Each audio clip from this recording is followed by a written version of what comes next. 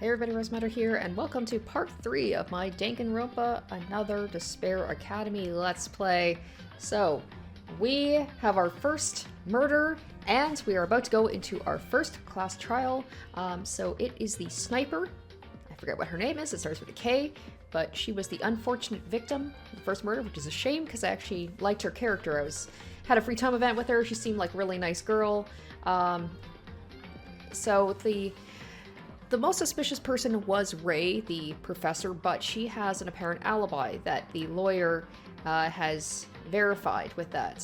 So I believe my people that I suspected, I suspected either the cheerleader or maybe it's going to be the maid. Maybe it's going to be like that Akane, maybe like that big, like, oh my gosh, the person who seems to be our partner is actually the culprit. So those are my guesses of who it could possibly be, because based on the information we have, it's most likely it should be a girl, because the body was brought, if not killed, in the bathroom. It seems to be they were killed in the laundry room and brought into the bathroom.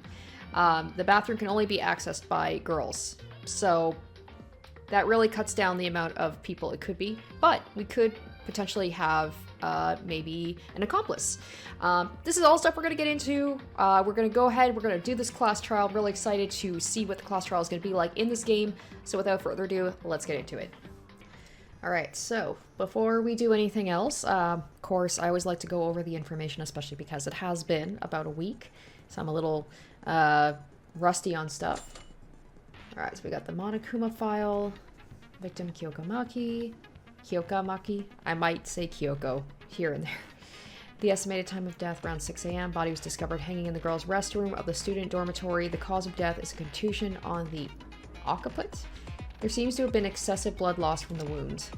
Kanata's account. Kanata told me something odd she felt during her autopsy. According to her, a hanged corpse should have a clear mark, or in worst cases, blue discolorations on the skin that was in contact with the rope. Neither was found on Kyoka's neck. We know Kyoka died from a contusion. Then why is she hanged? Clean body. Monokuma file states Kyoka's cause of death is a contusion on the occiput.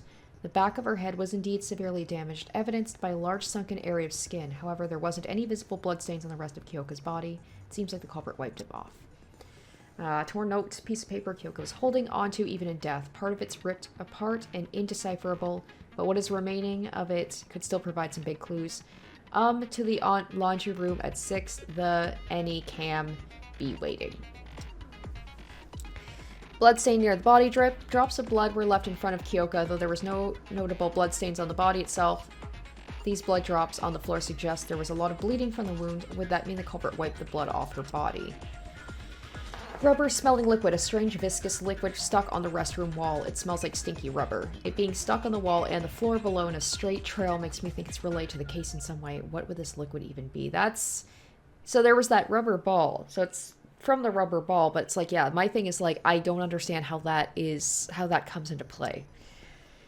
Hook. The rope around Kyoka's neck had a hook attached to its end, where hooks typically used to hang a person, but the ceiling bar is fairly high up and hard to reach by hand, so the culprit may have just used it to hold the rope in place.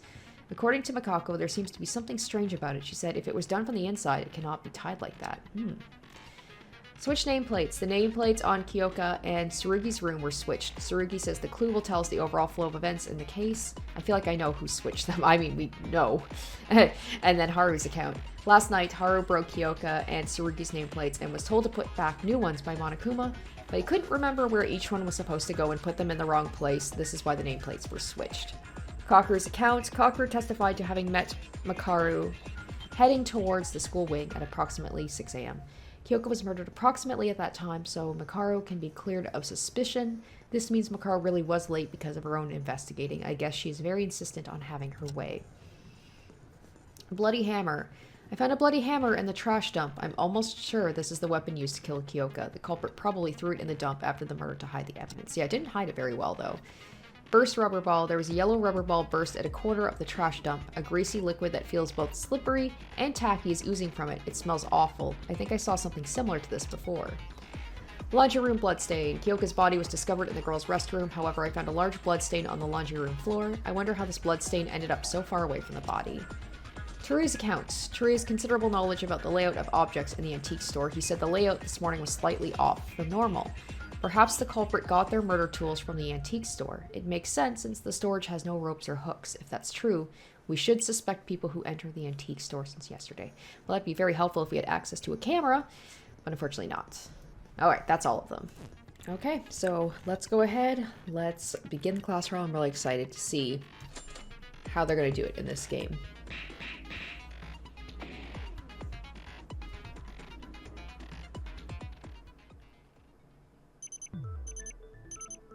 Let us begin with a basic explanation of the class trial. So, your votes will determine the results. If you can figure out the culprit, only they will receive punishment. But if you pick the wrong one, then I'll punish everyone besides the blackened, and the one that deceived everyone else will graduate. One of us is the killer, the culprit who murdered Kyoka. Of course. No way, I have to be in the same place as a real murderer? I can't do that. I know it's hard, but it's a must. We need to uncover the truth behind this case, and ultimately reveal the culprit's identity. Wait, hold on. What's that? That picture of Kyoka. Wouldn't it be awful if she got left out just because she died? Friendship penetrates even death's barrier. Hey, let me ask you something just in case. It's crucial that we all know this for the trial. This is really important, so prepare to answer, dumbass. I'm going to enjoy him in the trials. I hope he sticks around for a while, just because I like his character, but I think he's going to be entertaining during class trials. Can there be accomplices in the case? That will determine the entire course of our discussion. Good point, good point. Really important. Why, sure, I can tell you that. Now, accomplices in murder may exist. However, no matter how many accomplices there are, only the one who committed murder graduates. I see. There'd be no merit for the accomplice. Now, we could have a situation where there may have been an accomplice for this one because they might not necessarily know the exact rules for the first one. So maybe they think like, well, maybe if I help someone commit murder, then both of us will get out. Kakeru, he really looks like a different person. That'll do for the preamble. Let's get started then. First up is the case summary. Now, let the debate begin.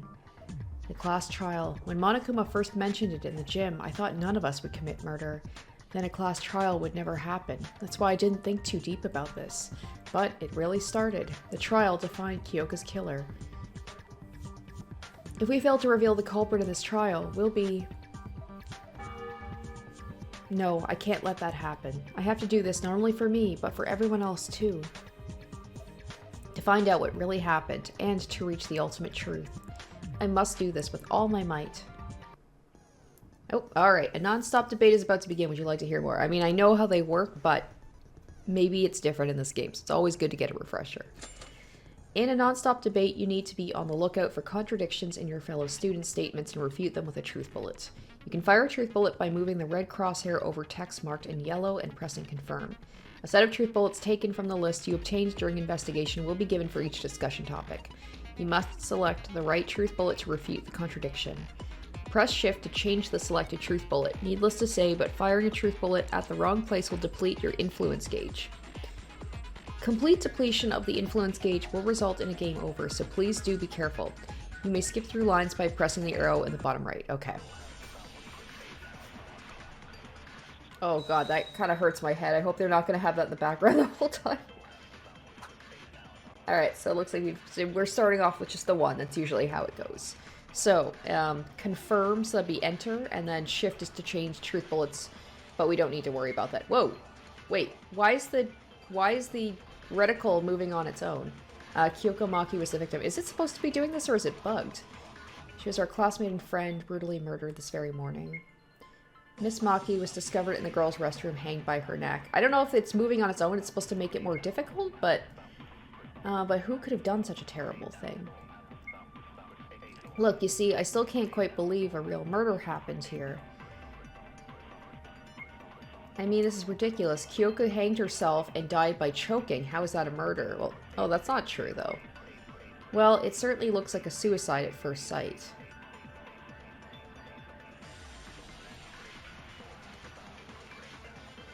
There was a rope around Kyoka's neck, but that wasn't her cause of death. It was even specified by the file. That will prove Kyoka didn't kill herself. Oh no, I lost a... oh shoot. Oh, so do I only have a certain amount of times that I can listen to this, and then I lose my stars? So is that like equivalent? Because usually there's a timer going on, but there's no timer right now. Okay, so it said that we could click the... we could click this to like just move on, right? I'm trying to... oh my god, I don't like the fact that the reticle is moving on its own. What the hell? Oh, there, enter, go. There we go. Okay, so it's pretty similar, but yeah, that thing moving on its own, the lack of a timer is kind of strange. Agility. Oh, okay, I'm getting judged based on my... okay, so, I mean, it is similar to, like, in the actual games, you do get a score at the end, but usually it's for the... like the mini games, right? Okay. That's wrong, Teruya. Kyoka didn't choke to death. She didn't choke to death? Then how do you explain the rope around her neck? The Monokuma file. Didn't you read it? It clearly states Kyoka's cause of death. Come on, dude, do a little bit of research. I know he's in, like, deep denial. Or maybe he's the culprit. He's been acting kind of weird since the beginning of this, but I think it's just because he just cannot handle this. Look, it says here. The victim is Kyoka Maki. The estimated time of death is around 6 a.m. The body was discovered hanging in the girls' restroom of the student dormitory. The cause of death is a contusion on the occiput. There seems to have been excessive blood loss from the wound. See, according to her file, Kyoka didn't die due to choking. Her real cause of death is the contusion to her occiput. I feel like I'm saying that word wrong. The back of her head. Yeah, but can we really trust that thing? I don't know if I can really trust something from that old jerk Monokuma. What? Are you questioning my credibility? Oh, kids these days, they just love to judge a file by its cover. Listen, I do not tell any lies regarding the trial. That's basically his equivalent of, like, put it in red. I believe in fair trial more than anyone else. Don't worry, Mr. Otori. I can back up the credibility of the information. Almost everything on the Monokuma file is true. I will guarantee you that as a physician. So, if Kyoka died from a contusion on her occiput, someone must have hit her head from the back, right? Oh, okay, so she didn't kill herself, and another person killed her, and I guess this really is murder. He's just in denial. Well, duh, don't reckon that it's suicide just because you're too lazy to go through the trial. Our lives are at stake here. Let us not waste our energy in pointless insults. It's already stated in the Monokuma file, but to add to my personal commentary, Kyoka's injury was very severe. The strike went through her skull and made a large depression on her head. Inferring from this, she probably died an instant death. What a devastating incident. This should not have happened.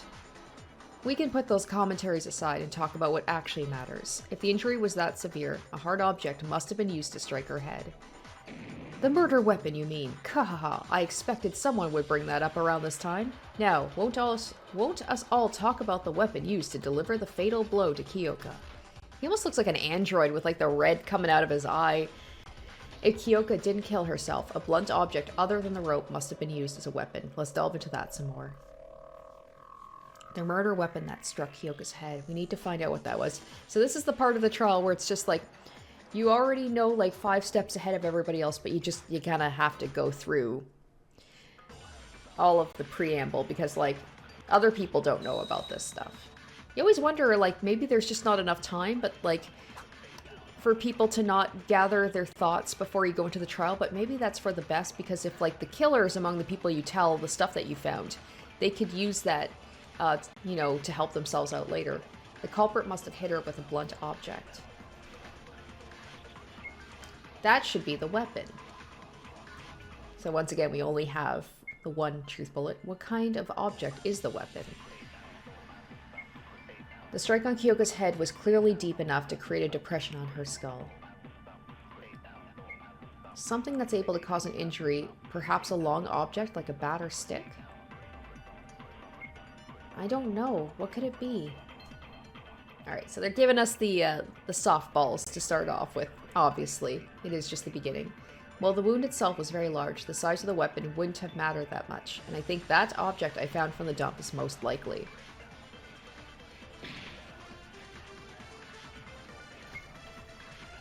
Alright, try to click ahead. There we go.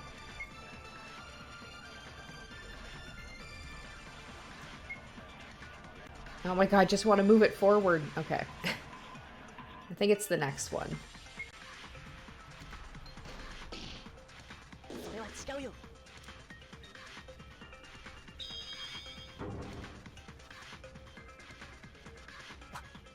Hey, there we go. 100%. Nice. Ayami, that can't be right. In fact, I discovered this from the dormitory's garbage dump. Is that? I mean, the killer didn't really do a super great job hiding it, at least from what it looked like. It looked like they literally just placed it next to a garbage can along with the rubber ball. It's a hammer, a small one you can easily hold with one hand. Is that what the culprit used to attack Kyoka? It apparently has blood on it, so it must be the weapon. The fact it was found at the garbage dump indicates the culprit attempted to get rid of it. How did you even find that at the dump? I mean, it was literally laying out, but can that tiny hammer really kill a person? Want to try it if you're curious? No thanks, I'm fine. Regardless of the size, a hammer is made of metal. With enough force at the right angle, killing a person in a single blow is not entirely impossible. I don't believe that the doctor did it just because she's too little. She'd have to, like, either have set up some sort of contraption to hit Kyoka with it, or she would have had to, like, stand on a step stool or something. Oh, here, we're going into, like, that... This is, like, the step ladder thing from... Eden's Garden, where it's just like a ladder versus a step ladder.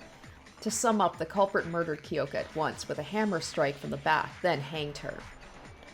But isn't it strange? If the killer just wanted to murder Kyoka, then why did they hang the body? Even if it was to cover up her real cause of death, the bruise and the bloodstains are still there. You can see it's a murder right away. You can? I thought it was suicide before Yuki told us. That's because you're a helpless idiot. True. Miss Maki's body didn't look typical of people who hang themselves in the first place. Too unnatural if it was meant to be framed as a suicide. Too unnatural? Yeah, it did look slightly different from a typical suicide by hanging. It looked unnatural because... Oh, okay, the rope was too loose, Kyoka wasn't hanging in the air, there was a bruise on her head. Oh boy. Can I go into... Shoot, is there a way... I want to check the truth bullets again. I don't know if... Shoot, I don't know if there's a way to do that. Oh no, am I just gonna have to, like, go based on my, like... At least it doesn't seem like there's a timer, but I'm just like... I want to be able to look over the information again, but I don't know how to do that. If you guys can maybe let me know in the comments if there is a way to look at, like, your information during the trial, because I'm hitting escape, I'm hitting random buttons. I can't see anything... So I guess I'm just gonna have to guess. Trying to remember, like, she did say that there was no, like, thing around her neck. There was no bruise or anything, so maybe it was the rope was too loose? Oh no, okay. No, that doesn't sound right. Let's focus and try it again. If the culprit wanted to disguise it as a suicide, the body should have looked different.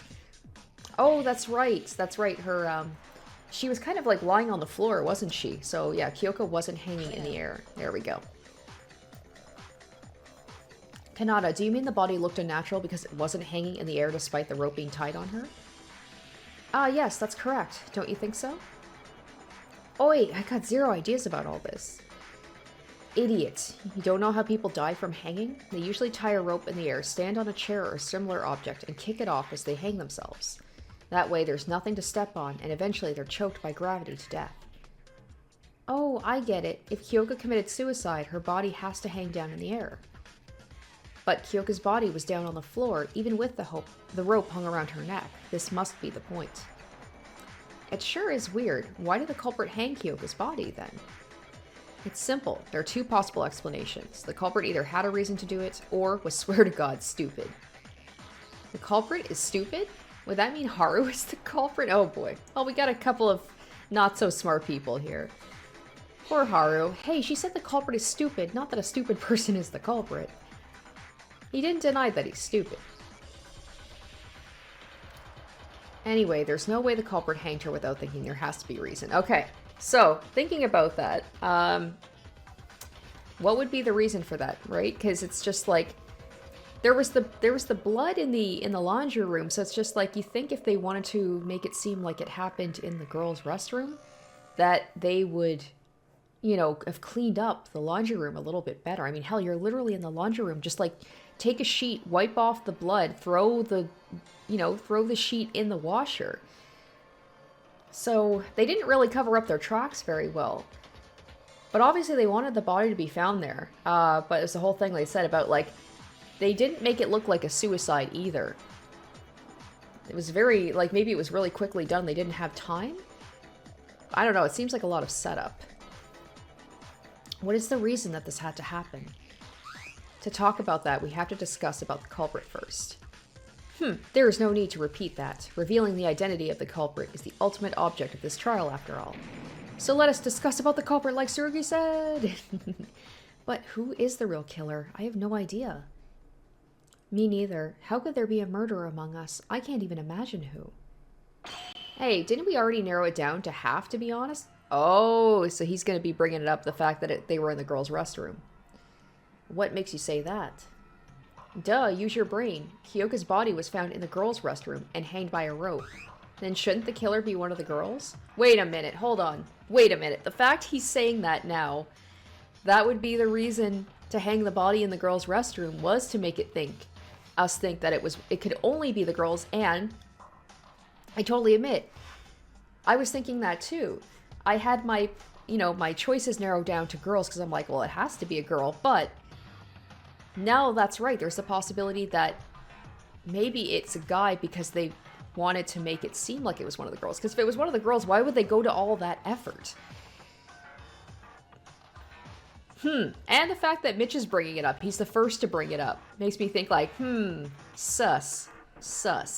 All right, Mitch, I'm keeping my eye on you. He's been quite quiet throughout this whole thing, too, and now he's bringing this up? What? Hey, he has a point. Exactly. For example, Kazuna could be the killer. She didn't speak up once during the beginning of the trial. Oh, that's, I did say that that's the cheerleader, right? She was one of my suspicious people. Or Miss Dark Circles over there. Well, she's just quiet. That's not suspicious, actually. If she were all of a sudden very chatty, that would be suspicious, huh? One of them is the culprit? That's nonsense. I have no reason to commit murder. Then why are you so quiet? It's hella suspicious. Dark Circles was always like that, but not you. As suspicious as Mitch being the one to bring up this whole thing. Now, maybe it's because, like Haru said, he's an idiot, but he didn't seem to know about that rule because he tried to go into the women's restroom when they first found the body. I'm guessing it's probably written in the Monokuma, file rules in their e-handbook. But yeah, everyone else seems a little oh, they don't seem to know about that. Shut up, I'm just trying to avoid talking with dirty killers. Miss Tamori, please don't call us killers. There's only one culprit. Monokuma said accomplices have no merit. Don't view us like that. Hell no, Kyoka's already dead. It could be anyone next time. I can't die here. Do you know that unnecessary overreaction makes you look even more suspicious? I don't know, it feels like Mitch is just trying to pin it on Kazuna specifically. Does he have some sort of beef with her? Maybe she turned him down too because he was hitting on Akane. Shut up, Higa. How dare you spit out nonsense? The killer's a girl because the body was in the girl's restroom? It's not like we have rules here. Guys could certainly enter it too. See? Kazuna doesn't know about it, so why does Mitch know about it? Kazuna, you sound like a different person today. Why are you calling him by his last name? Well, I guess her mask slipped. It's impossible for a man to enter the women's restroom. That might have been a possibility in the real world, but this place has a rule that forbids it. Am I right, Monokuma? Bingo. A man entering the women's restroom is considered a form of indecency and will be punished by a shower of bullets from the machine guns.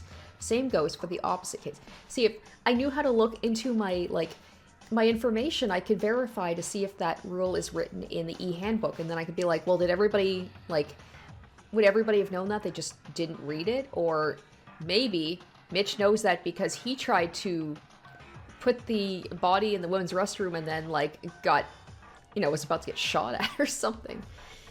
This applies to not only the restrooms, but also the locker rooms and bathhouse that will be unlocked soon. Let's bear that in mind. Bear it in mind. It's true. Monokuma. Not as many bear puns in this game. Monokuma warned us when we found Kyoko's body and tried to step in. Come on, it's a matter of common sense, guys. Can never commit murder in the girls' restroom.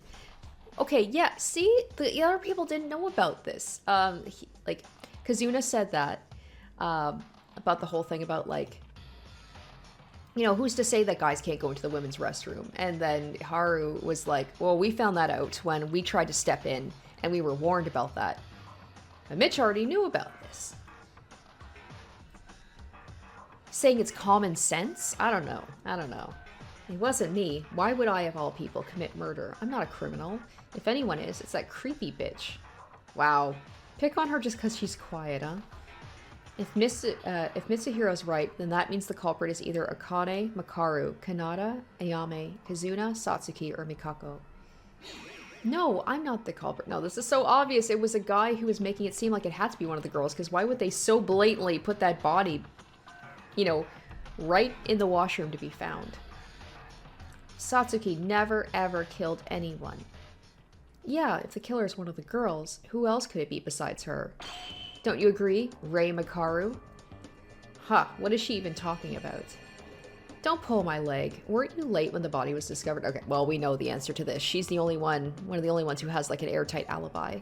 Everyone was there except for you. If you're not the culprit, why did you come late? Is that all you have? I told you back then. I was late because I was investigating at the main entrance. Nobody believes you. You have no evidence. Well, Shirley. She was a bit suspicious. Don't call me Shirley. I'm not trying to jump to conclusions, but you did come late. Makaru, can you prove what you said? If you need proof for something as simple as this, it would be better for you to die here, airhead. Wow. Trying to back out? Gotcha. We found the answer. This bitch is the killer. Hold on. I suggest we think about this some more. Coming late to the scene is sure to draw suspicion, but... would it also mean Makaru is the culprit?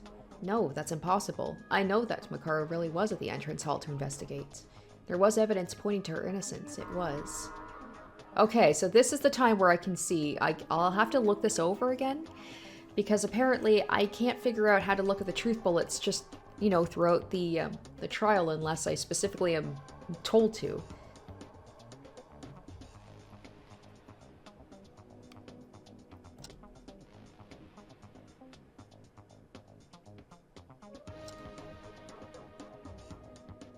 I know I just looked at these towards the beginning. I'm just going to look them over really quick again.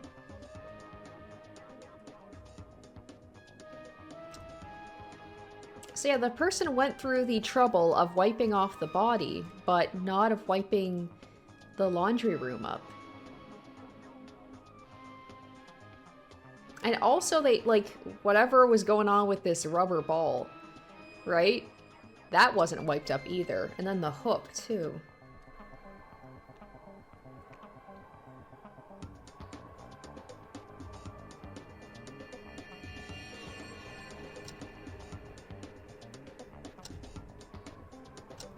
Okay, right, what was I here for? Thankfully there's no time limit for this. It was Kakuru's account. I forgot what the heck I was looking at in the first place. Hold on, Makaru's innocent. She really was at the entrance to investigate at the time. Huh? How can you be sure? Did you see it yourself? No, but Kakuru, you know it, right? Makaru's innocence? Ahaha, you said it, Yuki. Listen up, fellas. Rei Makaru is innocent. I, Kakuru Yamaguchi, am the witness. Mr. Yamaguchi, is there something you know about this? Like, why would... He's the lawyer. Why would he have to wait for me to say something to him? You think he would have spoke up right away. I woke up around 6 a.m. with an urge to go to the restroom. As I was heading there, I encountered Makaru. She said she was going to investigate the school wing and walked away. The next time I saw her was after the murder occurred. Which means Makaru is innocent. Did you get what he's saying? Satsuki sees the logic, but can't understand a thing because of all that shouting. Basically, he saw Makaru heading toward the school in the morning, which proves Makaru's claim. Wait, but the body discovery announcement was at 8. There's 2 hours in between the time you saw her and the murder. 2 whole hours.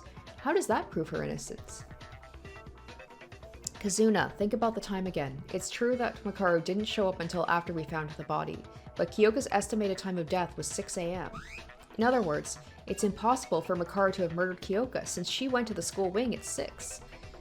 Sure, she could have turned back as soon as Kakeru went back to his room, but there wouldn't be enough time for her to hang Kyoka's body or throw away the hammer. This is the reason why I'm saying Makaru is innocent.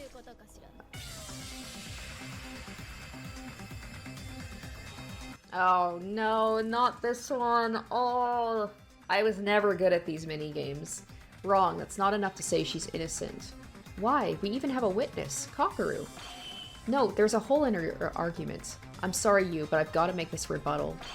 That's the only way to make that Four Eyes admit her crime and end this stupid trial. The rebuttal showdowns. Yeah, this was definitely not one of my favorite mini-games. Rebuttal showdown's about to start. Yes, I definitely need a refresher on this one. A rebuttal showdown is a one-on-one debate with a person who disagrees with you. Your opponent will put forward their argument to continuously press on you. Press confirm to slash the opponent's words. Just like in the non-stop debate, you can refute text marked in yellow by pressing shift. Okay. So like, enter to slash their words. Refute the text with shift. Okay.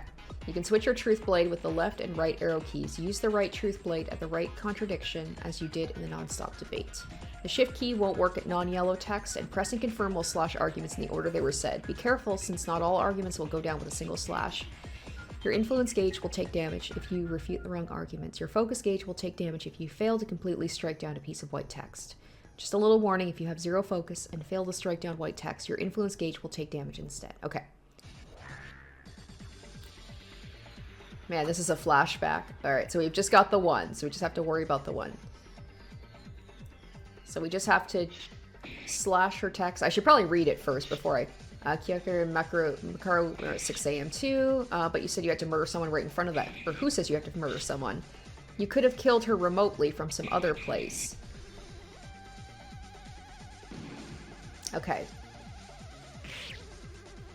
Kill her remotely? How? Kyoka was murdered by a hammer. How is it possible for her to kill Kyoka with a hammer when she was talking with Kakeru? It's more than possible. For example, she could have tied the rope around Kyoka's neck in advance, knocked her out or something, and set the hammer on the ceiling so it falls down on her after a certain time. Okay, setting up a trap to kill, then activating it from a remote place. Would that be possible? Okay, so my thing says the clean body. Even if that were possible, looking at Kyoka's body told me that wasn't the case. The murderer had to be close to her. That's right, because they'd have to clean up the body. Alright, so I think we have to refute... she said killed remotely, right? So we're going to try refuting. Oh god, I don't have a lot of... Okay, I'm going to have to hopefully do this, because I'm running out of both of those. Okay, so I think it's this one here. Yeah? Did I get it? Oh, okay, good. I was like, I don't know what just happened there. Ooh, okay. Okay, that wasn't too bad.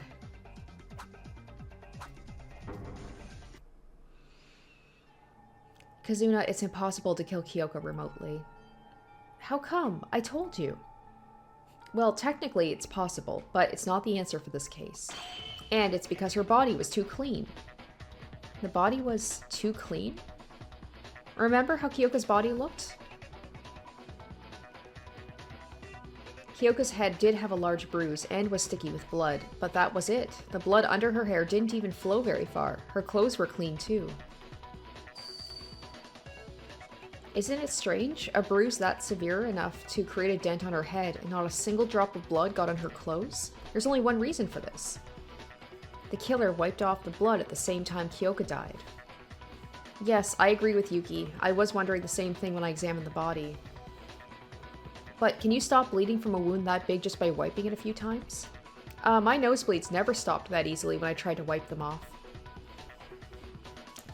It doesn't take long for blood to coagulate in room temperature. A nosebleed is from an injury inside the nose, but Miss Maki's bruise was directly exposed to the air.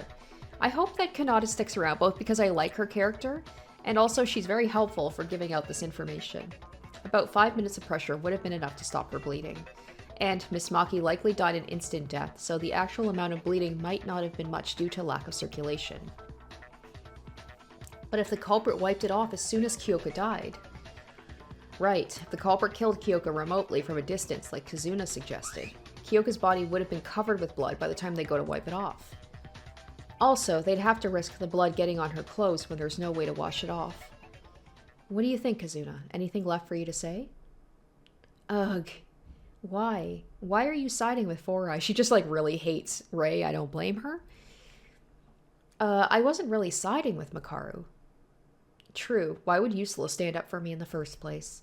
I don't care what you think of me, but don't use it to justify framing someone else in a trial. If we choose the wrong person based off of your petty emotions, everyone here is going to die. Did you still not understand the rule of this place? Fine, do whatever you want. Yes, then, is Makaru fully proven innocent? Is everyone clear on that? Why are we suddenly talking about Makaru, though? If I remember correctly, she faced our suspicion after Mitsuhiro said the killer was among the girls. Makaru, we apologize for suspecting you. That dude's gotta keep up. He's just like, why are we talking about her? It's just like, well, yeah, there's an obvious reason why we're talking about her. It's because somebody said it was her. Shrug it off. No matter how much you contempt and disdain me, I don't give a damn. Makaru, she has the guts. Then we can safely assume Makaru and Kakeru have an alibi. Well, we already crossed out Kakeru. Didn't you say the killer is a girl? No, not quite. In fact, now I'm flipped the complete other way around. I was like, now I'm thinking the way that the body was set up, now I'm thinking it's gotta be a guy. Hold on, even if Four Eyes is innocent, I'm not gonna take that. The killer cannot be a girl. But there's no other possibility, and Mitch is really, he's the only one who really seems to be pushing that thing, right? The killer had to be able to enter the girls' restroom. Who else other than the girls can enter the girls' restroom? And why are you being so fussy if you're not the culprit? You feeling guilty or something? I told you I'm not the killer. I mean, it's just not fair. You can't assume me as the killer just because I'm a girl.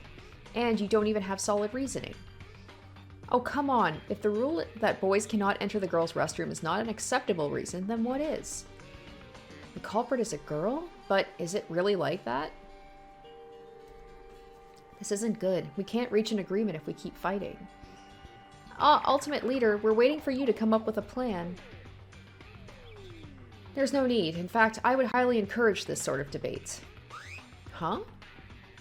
I see the current situation as a perfect chance for all of us to understand the culprit's strategy. What do you mean? Everyone's just fighting each other right now. Think about why you were led to believe the culprit is a woman. Yes, alright, so Ruby's on the same pathway. Now he's thinking, okay, this was most likely done the weird way the body was all set up, like it was to frame one of the girls. If you can figure that out, you'll be able to reach the answer from there on. Why did we come to think the culprit is a girl? The body was in the girls' restroom, for sure. Then is the culprit a girl, just like Mitch said? I think we're still missing something critical. I have to point that out.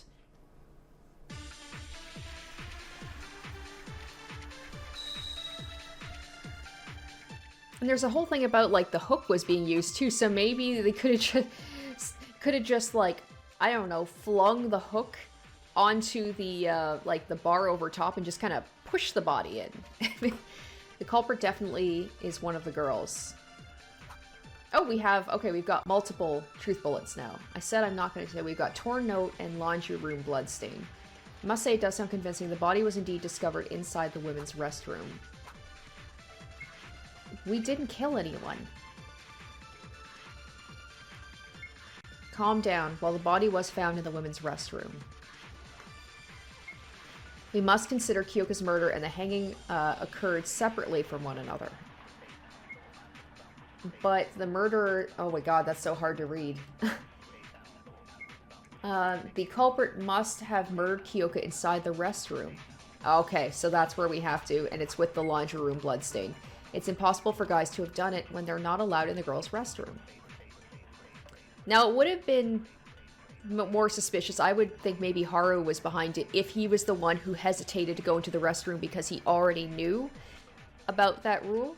But the fact that he was willing to run right in makes me think there's no way it could be him. Looking at the sequence of events, it looks obvious the boys cannot be the culprit because of the rule preventing their entry to the girls' restroom. But I know that's a flaw to that logic. Thanks to that evidence I found. If the murder took place in the restroom, I wouldn't have found it in that place. Right? Oh, why do I only have 3 stars? Oh no. Do they not, like... Do they not replenish themselves in between each of these things? Oh, this is bad. Okay, so let's go ahead. I think it's the one with Haru where he says it had to have taken place in the restroom.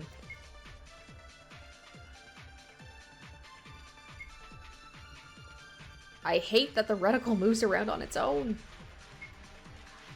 I just want to move the... I just want to move it forward. Okay, let's just leave it there. And it would be really nice, too, if I had that ability to slow down time, but I don't think I do. There we go.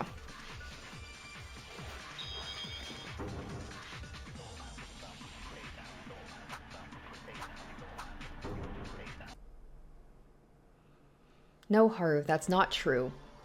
Not true? What's not true? We've been missing something critical. I'll cut to the chase. The culprit could certainly be a guy, too. Huh? What are you talking about? Guys couldn't go in the girls' restroom. Bitch, you are being very suspicious. He just keeps hammering that point over and over again. How do you commit murder at a place you can't even enter? That doesn't matter. All this time, we thought the murder occurred in the girls' restroom since that's where the body was found. But where the murder actually happened was a totally different location. Huh? What you mean? The body was at the girls' restroom. Oh, I get it. Looks like everyone finally got it. That reminds me, the Monokuma file only stated where the body was discovered, not the place where the actual murder occurred. I still can't believe the person didn't mop up, like, didn't clean up the blood. Like, you're in the laundry room, there's cleaning supplies. Maybe they were at, like, in a rush, and yet had the forethought to, like, grab all the tools, like the rope and everything, and hang the body and put it into the women's restroom, but not enough time to clean up the blood and quickly throw it into the washing machine? A critical point indeed. We weren't paying attention to the real deal while being distracted by superficial things. You should have seen it at your first glance. Wait, hold on. If Kyoko wasn't murdered in the girl's restroom, if the culprit killed her in another place, then moved the body to the restroom, those could be all done by someone who's not a girl. Come to think of it, Kyoko's body was quite close to the restroom entrance. Was that literally it? They just used the hook and the rope to just kind of like attach it to the above bar and just kind of like shove the body in, and that's why the body wasn't like hanging, but just kind of like on the floor? Then was Kyoko murdered somewhere else? How did you reach that conclusion, Yuki? I bet you had some kind of supporting evidence. Yeah, in fact, I found a puddle of blood in the laundry room. What is weird is the fact that nobody else found that. It's not like it was hidden away. The laundry room. That place sounds so irrelevant. The way she said that was kind of suspicious, but I'm kind of done suspecting her now. Now I'm focused on Mitch. The bloodstain says everything. Kyoko Maki was murdered in the laundry room. The laundry room? I've seen Miss Maki there a few times, but her time of death... Why did she go to the laundry room at 6 a.m. in the morning? 6 a.m. in the mornings is kind of redundant. Yeah, I know she was an early bird, but I don't think she'd get up that early. The reason Kyoko headed to the laundry room, didn't I find something that could answer that question? What was it? I think it's coming to my mind. That clue was...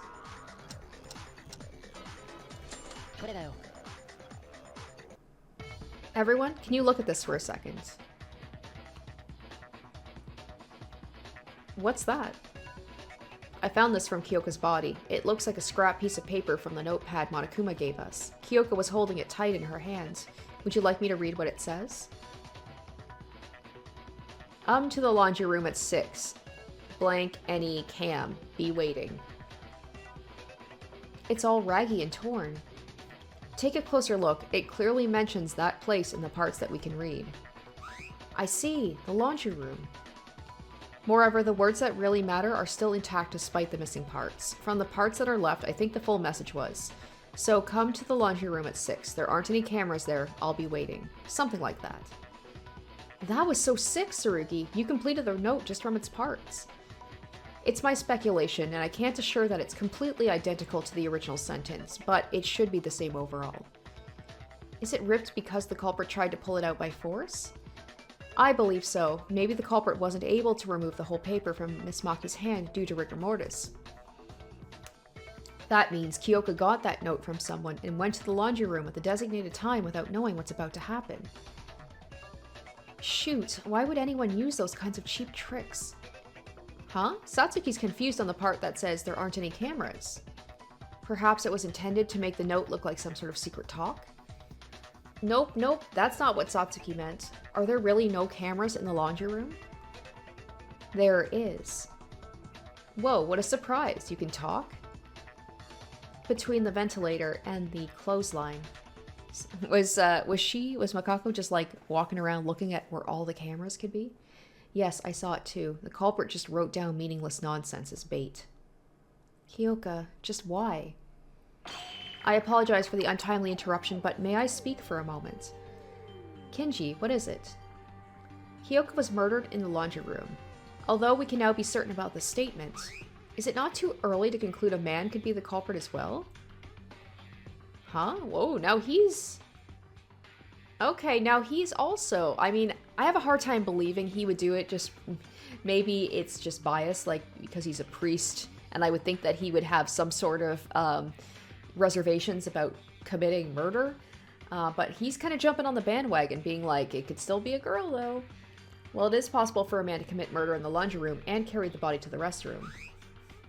Recall the fact Kyoko was not merely lying on the restroom floor. She was hanged by a rope attached to the ceiling. Have we forgotten this already? Oh, you're right. The murder could have been done somewhere else, but you'll have to enter the restroom to connect a rope to the ceiling. So the culprit is really a girl then. What? Are we back to where we started? Seriously, guys, you want to think the culprit is a girl that bad? No, but Kinji's not wrong. It's impossible to tie a rope to a pipe inside the restroom, unless you're inside as well. See, the killer is one of the girls. Wait, it's too early to make that conclusion. Could there be a way to hang the body from the outside? If Kinji's right, the killer cannot be a guy. But if there's a way to refute that logic, I have to come up with that, even if the chances are less than 1%. This isn't a drill. A single mistake can kill all of us. If we put our heads together, we'll be able to find the answer.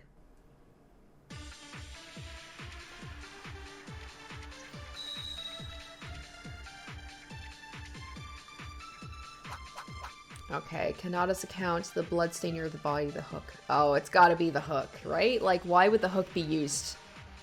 And not just the rope? A way to hang the body from the outside. Bloodstain near body.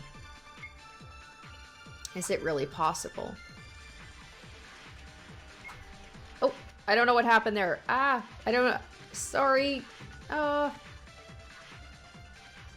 This always happens to me when I play these games, the sticky keys. I apologize, guys. Sorry about that. I think I was hitting shift too much. Oh, what if the culprit used a tool for it? Maybe the culprit had a tall height.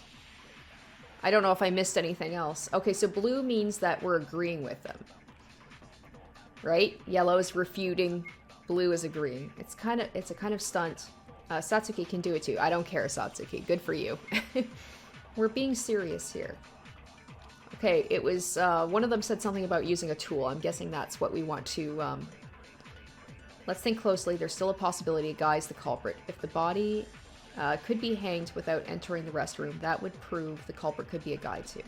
Don't struggle on your own. There's definitely something. Come to think of it, there was another object attached to the rope. Okay, they're blatantly saying it. Like, okay, we got it. We just have to hope that that doesn't happen again. All right, so let's change it to... There we go. Oh, right there, right there.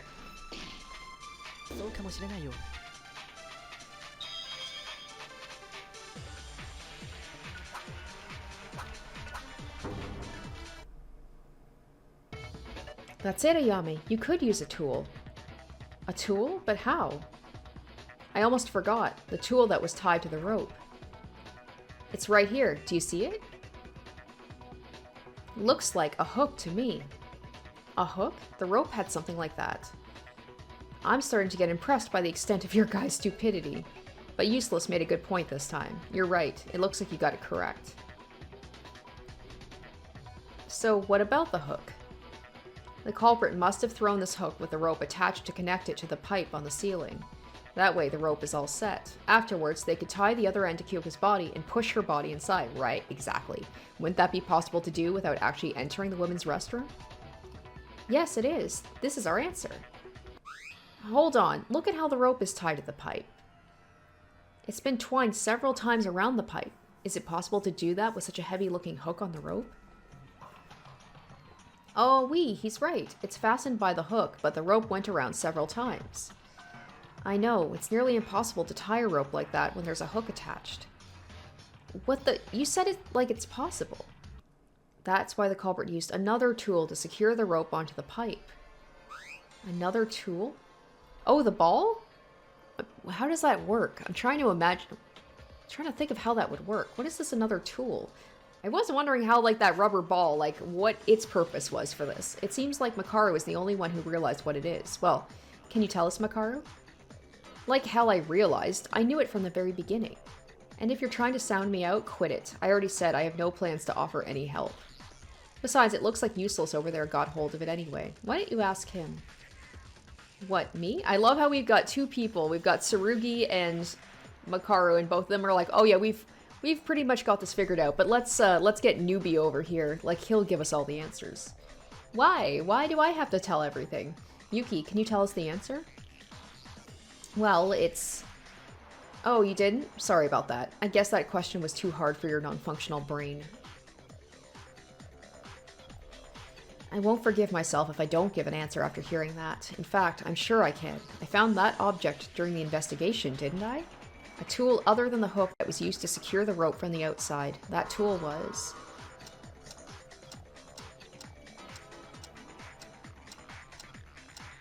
There we go. Good. And one more thing. There was a key piece of evidence that could prove this tool's involvement in the crime. It was this. I need the game to explain to me how that...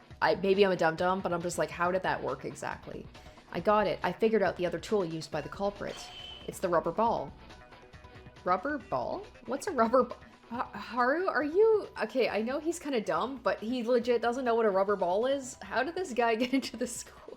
I get he's a good pilot, but if I heard this guy talk, I would be concerned if I'm like, I have to rely on this guy to keep me alive in a plane. It's like a bouncy ball. Have you ever played with them when you were young? It's full of some kind of viscous liquid that makes it bounce back up when it hits the floor. Oh, I know. I made some improvements to it and sold it overseas under the name Hyperball. Did I tell y'all that it's still selling great? How is it relevant to the case? You better tell us quick, Yuki. Well, now I'm thinking, I'm like, I know I've been suspecting Mitch, but like maybe it's Teruya because like he would have knowledge of tools? And he was the one who said himself that, like, he noticed that, like, the antique place looked a little bit different. So, like, he knew all the stuff that was in the antique store. But then again, for him to tell me that would put suspicion on him, so that wouldn't make sense for him to offer me that information. Okay, I figured out the way the rubber ball was used in the murder just now. After Tsurugi said the culprit used another tool to set the rope in place, I tried to relate the act of winding the rope with the circumstances of the murder. I think we can be certain about the culprit using a hook since we found one on the pipe. But, as Mitch pointed out, it's impossible to wind the rope like that with the hook alone. Putting the hook after setting up the rope wasn't a choice either, because there's no way to get the rope around the pipe by itself. Besides, they'd have to step inside to attach the hook. That's why the culprit used a rubber ball. Before using the hook, the culprit tied the rope around the rubber ball. Then they threw it inside the restroom, between the pipe and the ceiling to be more exact. Oh, okay. That way the ball would have hit the wall and bounced back towards where it started. Okay, yeah, so they used that, they did that over and over again to get the rope tied around. But they must have, like, maybe hit it too hard or enough times that eventually it burst on the wall. If you repeat this multiple times, you get the rope around the pipe with the ball returning to the entrance every time. All that's left is to remove the ball and tie a hook to throw it on the pipe. But the culprit probably faced something that wasn't part of their plan. The rubber ball burst because of the pressure from rebounding off the wall, right? If it's a girl, why would they go to all that trouble? There'd be no need for that. It spilled its contents all over the wall and the floor, which is still left at the scene. And also, if they could go into the restroom, they would have cleaned that up, you'd imagine, but they couldn't.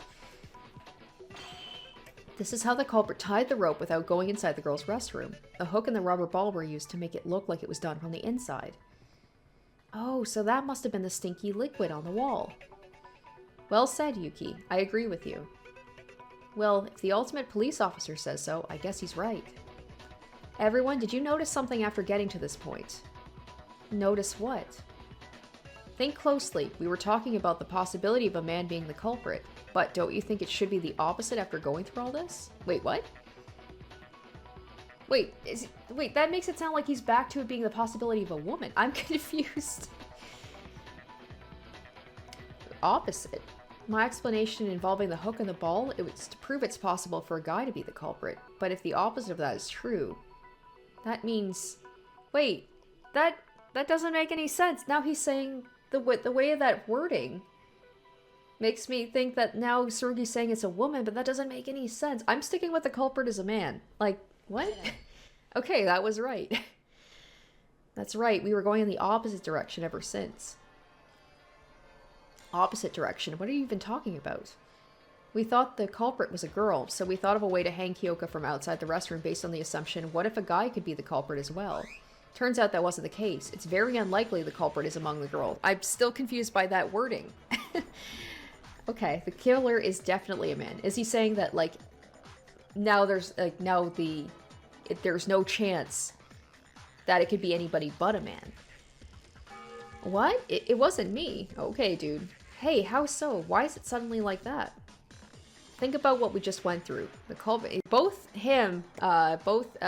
Teruya and Mitch are very jumpy right now, so I'm suspecting either one of those two. Teruya because he's got knowledge of tools, and he knows the antique store very well, and Mitch because he's been kind of pushing for the girl things from the beginning. Think about what we just went through. The culprit undoubtedly used the hook and rubber ball to connect the rope to the ceiling. Now, suppose the culprit was a woman. Would there be any reason for her to use such complicated measures when she could have simply stepped inside and tied the rope directly? Maybe this is some 4D chess thing. Maybe it's a woman, made it look like it had to be a man, framing it to make it look like a woman.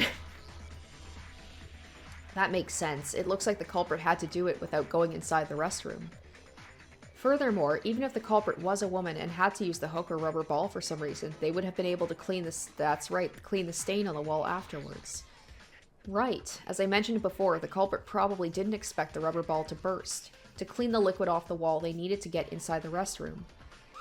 But they couldn't, because guys can't enter the girls' restroom. I can't say it with absolute certainty, but it's the most reasonable explanation we can think of. There would be no reason for the culprit to intentionally leave traces in the murder scene. I mean, the liquid stain on the wall was a big hint for figuring out how the ball was used by the culprit. Ah! That automatically gives us girls an alibi, right? Plus, even better. Yuki, Teruya, Haruhiko, Mitsuhiro, Tsurugi, Kenji, and Kakeru. We know one of them's gotta be it. Oh, how the turntables. Hold on, what if the culprit was a woman? That's exactly what I said. What if the culprit was a woman and tried to make us think this way all along? I highly doubt it. The reason the culprit hanged Kyoka in the first place was to make us think a woman did it. Ho ho, so it had nothing to do with disguising it as suicide from the start. Indeed, everything was to lead us to thinking that a woman was the culprit. In other words, the culprit wanted us to think that way. So they wouldn't become a suspect, all because the culprit himself was a man. Everything is connected now. I found it strange to find the rope on Miss Maki's neck being too loose. In retrospect, I see that was the case because the culprit didn't intend to make it look like a suicide at all. I can't believe it took this long for you to reach that point. What's up with you talking like you already know all this stuff? Because I already knew? What? I already have everything worked out. Who the culprit is, why they killed, anything you could possibly think of. And she's just keeping this to herself. Why? Maybe as a professor, she's like, I want to see how the students do. See if they can figure this out themselves. Was she willing to just take that to the grave with her if we got this wrong just because? Okay. Eh? What? And you just stood there in silence while you had all the answers? How many times will I have to repeat this? I have absolutely no reason to help you out, except for the fact if we get this wrong, we all die. Unless she's the killer, there'd be no reason for her to hold this information back. Makaru, this isn't a competition. If you don't share what you know and we end up voting for the wrong person, you're going to die too, exactly. Of course I'd share my knowledge when it gets to that. But even without me, you still have Tsurugi Kinjo over there to help you. And Useless, you're getting pretty close to the truth too. I was actually surprised. Perhaps you weren't completely useless after all, Monkey. Well, I feel like that kind of like, I don't know, takes the edge off, doesn't make it quite as you know, high stakes if you have at least one person who apparently has it all figured out, and even if we got it wrong, she'll be like, okay, I'll just tell you guys the answer then. Monkey? Ahaha. Gee, she's real smug. I mean, she could just be saying this to be like, then that way if we come up with the answer, she'd be like, yes, that's exactly what I thought. I just wasn't going to tell you guys. Well, she's always been like that. We should ignore what she says and keep moving on. Sure, I believe we left off from saying the culprit is a man. Aha, I wonder who it is. Wow, she must be really excited by the tables turning. Although we now know the killer is among the men, we still need to specify one person out of 7. Is there any kind of clue to narrow down the list? Well, if Miss Makar was able to work out the culprit's identity, there must be a clue pointing to the killer somewhere. The problem is we don't know what that clue is. Tsurugi, a little help here? Like something that could nail the killer? I do have something in mind, but you shouldn't rely on me for everything. All of you should figure the case out by yourself and understand the reason behind our final verdict. So what, he knows the answer too? So yeah, it's 2 people apparently that know. And they just won't tell us the answers. Kyoka.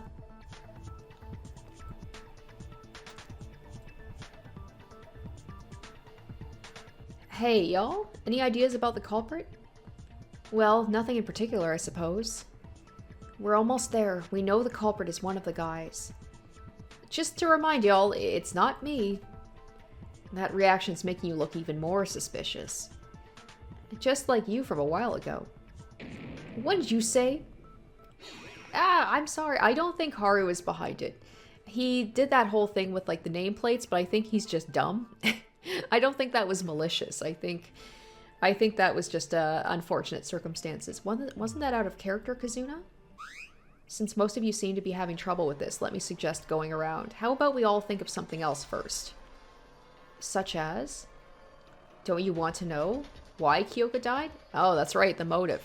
Oh, well, speaking of the nameplate switching, obviously that person, who was it? It was Tsurugi, right? Tsurugi and Kyoka's nameplates got switched, so whoever wanted to kill was going after Tsurugi first. Wait, if that's the case... Hold on, if that's the case, then that means that whole plan, once they realized that Kyoka was there instead, they would have had to come up with that plan on the fly about, like, putting her body into the girls' restroom to frame. So if that's the case, if Kyoka wasn't, like, their target from the beginning, that's actually a pretty smart plan to come up with so quickly. Why Kyoka had to die? Of course we do. Kyoka was always full of spirit and a nice friend to us. She didn't deserve to die. To begin with, 2 people were indirectly involved in Kyoka's death. 2 people? Are you implying that there are 2 culprits? No, I'm not saying these 2 took part in murder, but they heavily influenced the events leading up to Kyoka's death. Oh yeah, one of them's definitely Haru, because he was the one who broke the nameplates and switched them. The point is, Kyoka died as a result of someone's mistake, and the culprit's misjudgment that stemmed from it. So Tsurugi knows then that that person was after him.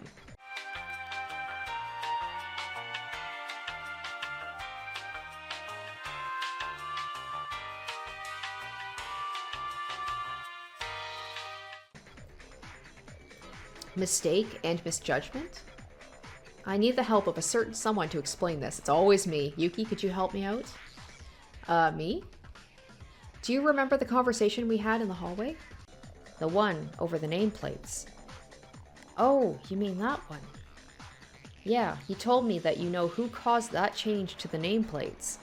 I don't have knowledge regarding this matter, so I'd like for you to provide us the context. Hello? I've got 0 ideas on what the 2 of you are talking about.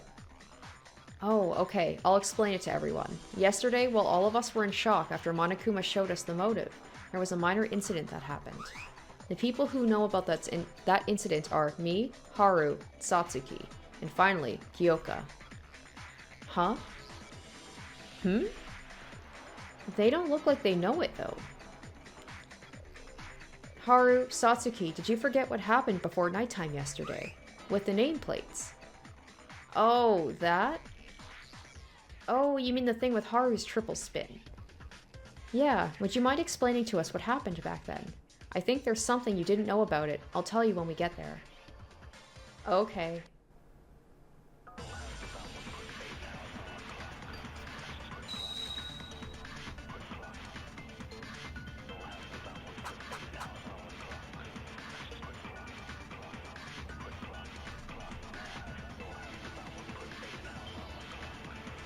Alright, so it's most likely going to be Haru's account. Last night, me, Satsuki, and Kyoka were hanging out together to distract ourselves from the motive. Then I accidentally fell downward, broke the nameplates. It was really funny to watch. Triple spin.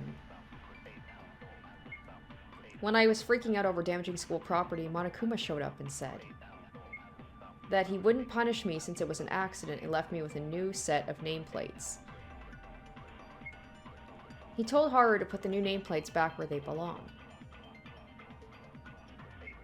So Haru put them back at the right place. Alright, that's gonna be it. This is the last statement, so that's gotta be the one. But yeah, like, Haru and I had that conversation where I told him, I'm like, I'm pretty sure you put them back in the wrong spot, so he knows that that's not true. I don't think he's behind it. I think it just was an unfortunate consequence that caused Kyoka to die, because the person was obviously gunning for the policeman. No, Satsuki, there's something wrong with what you just said. Hayo? What's wrong? Although Haru did put the nameplates back, he didn't know he made a mistake while doing so. Yuki, that's... He forgot where the two nameplates originally were, so he put the new ones in the wrong place. What? He forgot about something that was right in front of him seconds ago? Oh, he went to the restroom before putting them back, so I think he got confused somewhere in the middle. Okay, I get how much of an idiot Haruhiko is. How is that related to Kyoka's murder? I feel like that's something I might do, like just not paying attention. That would be because the two nameplates Haruhiko had to replace belonged to Tsurugi Kinjo and Kyoka Maki. Right, Yuki? Yeah, right. Kyoka's room was next to mine, and Tsurugi's was next to hers. But because Haru thought the other way around, the nameplates on their doors were switched. Mr. Kobushikawa, was it your intent to do so? Anyway, Haru, shouldn't you already know? We talked about the nameplates being switched while we were investigating. Well, I did, but I just wanted to avoid unnecessary suspicion. It's by doing that that you look more suspicious, my dude. Avoid suspicion? Don't tell me you're the culprit, Haruhiko. No, I'm not, I swear. This is exactly why I didn't say it. I don't think Haru would be smart enough, I hate to say it, to come up with something so quickly. That whole thing about, like, getting Kyoka's body in the girl's restroom to make it think that it was a girl who did it. I just don't think Haru's got it in him to figure that out. Why would we think you're suspicious? It's just a couple of nameplates. I don't think they're that much related to Kyoka's death anyway. Yes, they are related. Much related, in fact. Now you would care to explain what that means to us. I said earlier that two people were connected to the murder, so we're definitely having, like, some similarities, some other Danganronpa cases. So there's the whole thing about, like, the note being in someone's hand. I'm pretty sure that was part of a murder. There's the nameplates. That happened. I'm pretty sure that happened in the first Danganronpa as well. One of them is Haruhiko for switching the nameplates, and the other person is me. Huh? Mr. Kinjo, you have an indirect connection with the murder of Miss Maki? It's true. Let's see, where should I start? How about we all get a grasp of the culprit's intention first? If things went as the culprit originally planned, the person to have a portrait here would have been me. That statement sounds somewhat far-fetched. How come you were to die instead of Kyoka? Guys, come on, are you really not...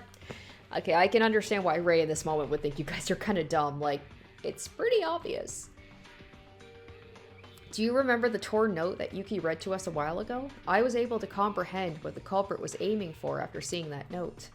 Kyoka got that note from the culprit and headed to the laundry room at the designated time. There, she was assaulted and murdered by the culprit. Everyone's clear on this, right? Then let me ask, how do you think Kyoka got the note? How she got the note? Well, maybe one of us casually handed it over to her? Kyoka wouldn't have known that the person who gave the note would come after her back then. From whom? Where? How? Did any of you ever see Kyoka getting a note from someone? No, besides there wasn't any time for that. After we got out of the audiovisuals room, Kyoka stayed with me and Satsuki until she went into her room for the night. Wait, then Kyoka got the note between 10 p.m. last night and her time of death, which is 6 a.m. this morning. Right. Kyoko went inside her room as soon as it became nighttime. She couldn't have gotten the note while talking face to face with someone. And that leaves us with only one possibility. She got the note while she was inside her room. But you can't go into someone else's room unless you got the key or the owner's permission. Yes, but there is a way to give her the note without opening the door. What? But that'd be like magic, really. How? A way to slip a note inside the room without opening the door or being seen by the owner. That should be pretty simple, something any clever kid could think of. Let's think about it. If I stay calm and keep brainstorming, it will come to my mind. Oh shit! Oh, Hangman's Gambit. This was another one that occasionally would trip me up. We might as well go over this one as well. In a Hangman's Gambit, you must put together pieces of evidence that flashes by your mind. The bottom of the screen will show parts of your target word or phrase with spaces in between. Find which letters would go into the blank space and shoot them to place them in their position. The letters will move around randomly across the screen. If there are multiple blank spaces, you must fill in the leftmost space first. Your focus gauge will take damage if you fill in the wrong letter. If your focus gauge is fully depleted, your influence gauge will take damage instead. Once you choose the correct letter for every blank space, the word will be complete and so will the minigame. Alright. So a way to give the note without being seen. Oh, okay, it's only a 3-letter word. P. Oh, the gap in the door. Well, that's easy enough. Wait, why isn't this working? What the hell? Okay, that's weird. Okay. That was easy enough, but it was not working sometimes. I don't know if I have to, like, hit the letter bang on in order for it to work, but okay, that was very easy. I like the idea of, like, slipping the note under the door never occurred to anybody else. You guys are supposed to be ultimates. Come on now. That's it. The gap. Even when the door's fully closed, there's a gap between the bottom of the door and the threshold. That's large enough to slip a note through. So after nighttime, the culprit left the note inside Miss Maki's room through the gap. Right. There would be no one out in the hallway after nighttime. Kyoko would still be awake. Adding a message like, "Don't exit your room" to keep Monokuma from noticing would have easily dealt with the chance of Kyoka seeing the note, coming in and opening the door. That way, the sender won't have to reveal himself while still getting the message across. This inequality of information between the culprit and Kyoka made her more vulnerable to deception. You know, it was pretty bold of him to do that. What if Kyoka didn't show up, or brought other people with her? The note probably requested her to come alone to prevent such occurrences, likely coupled with a reason she won't be able to ignore. From the fact it mentioned the absence of cameras, it must have been something Monokuma shouldn't know about. A way out, for instance. Would any of you refuse to go if someone offers to tell you a way to escape? Well, I'd go, yes. True, I would have gone as well. Okay, the culprit sneaked the note into her room. I get that, but how exactly is it you and Haru's fault? Dude, Teruya, come on, man. Think closely. Most people here didn't know about Haruhiko switching the nameplates until it was said in the trial, or noticed it after the murder occurred. Which means, at the time of the murder, the culprit was unaware of the fact either. Oh. So the question is, why would the person be after a Tsurugi? Is there any sort of, like, I don't know, some beef there? I see. For that reason, you considered yourself and Haruhiko to be at fault. For those of you who haven't got it yet, we're saying the culprit killed Kyoka because of confusion. Confusion? What? So it ties back to what Tsurugi said earlier. Right, I think I know it now. The indirect influence Haru had over Kyoka's death. Haru switched the nameplates by mistake, and the culprit slipped the note inside the room without knowing they were switched. Then the culprit's intended target was Tsurugi, obviously.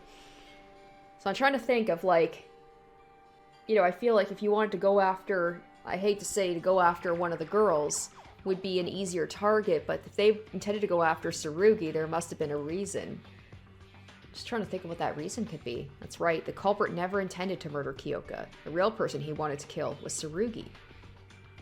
That makes sense. The killer saw Tsurugi's nameplate on the door and left the note there, but that room was actually Kyoka's.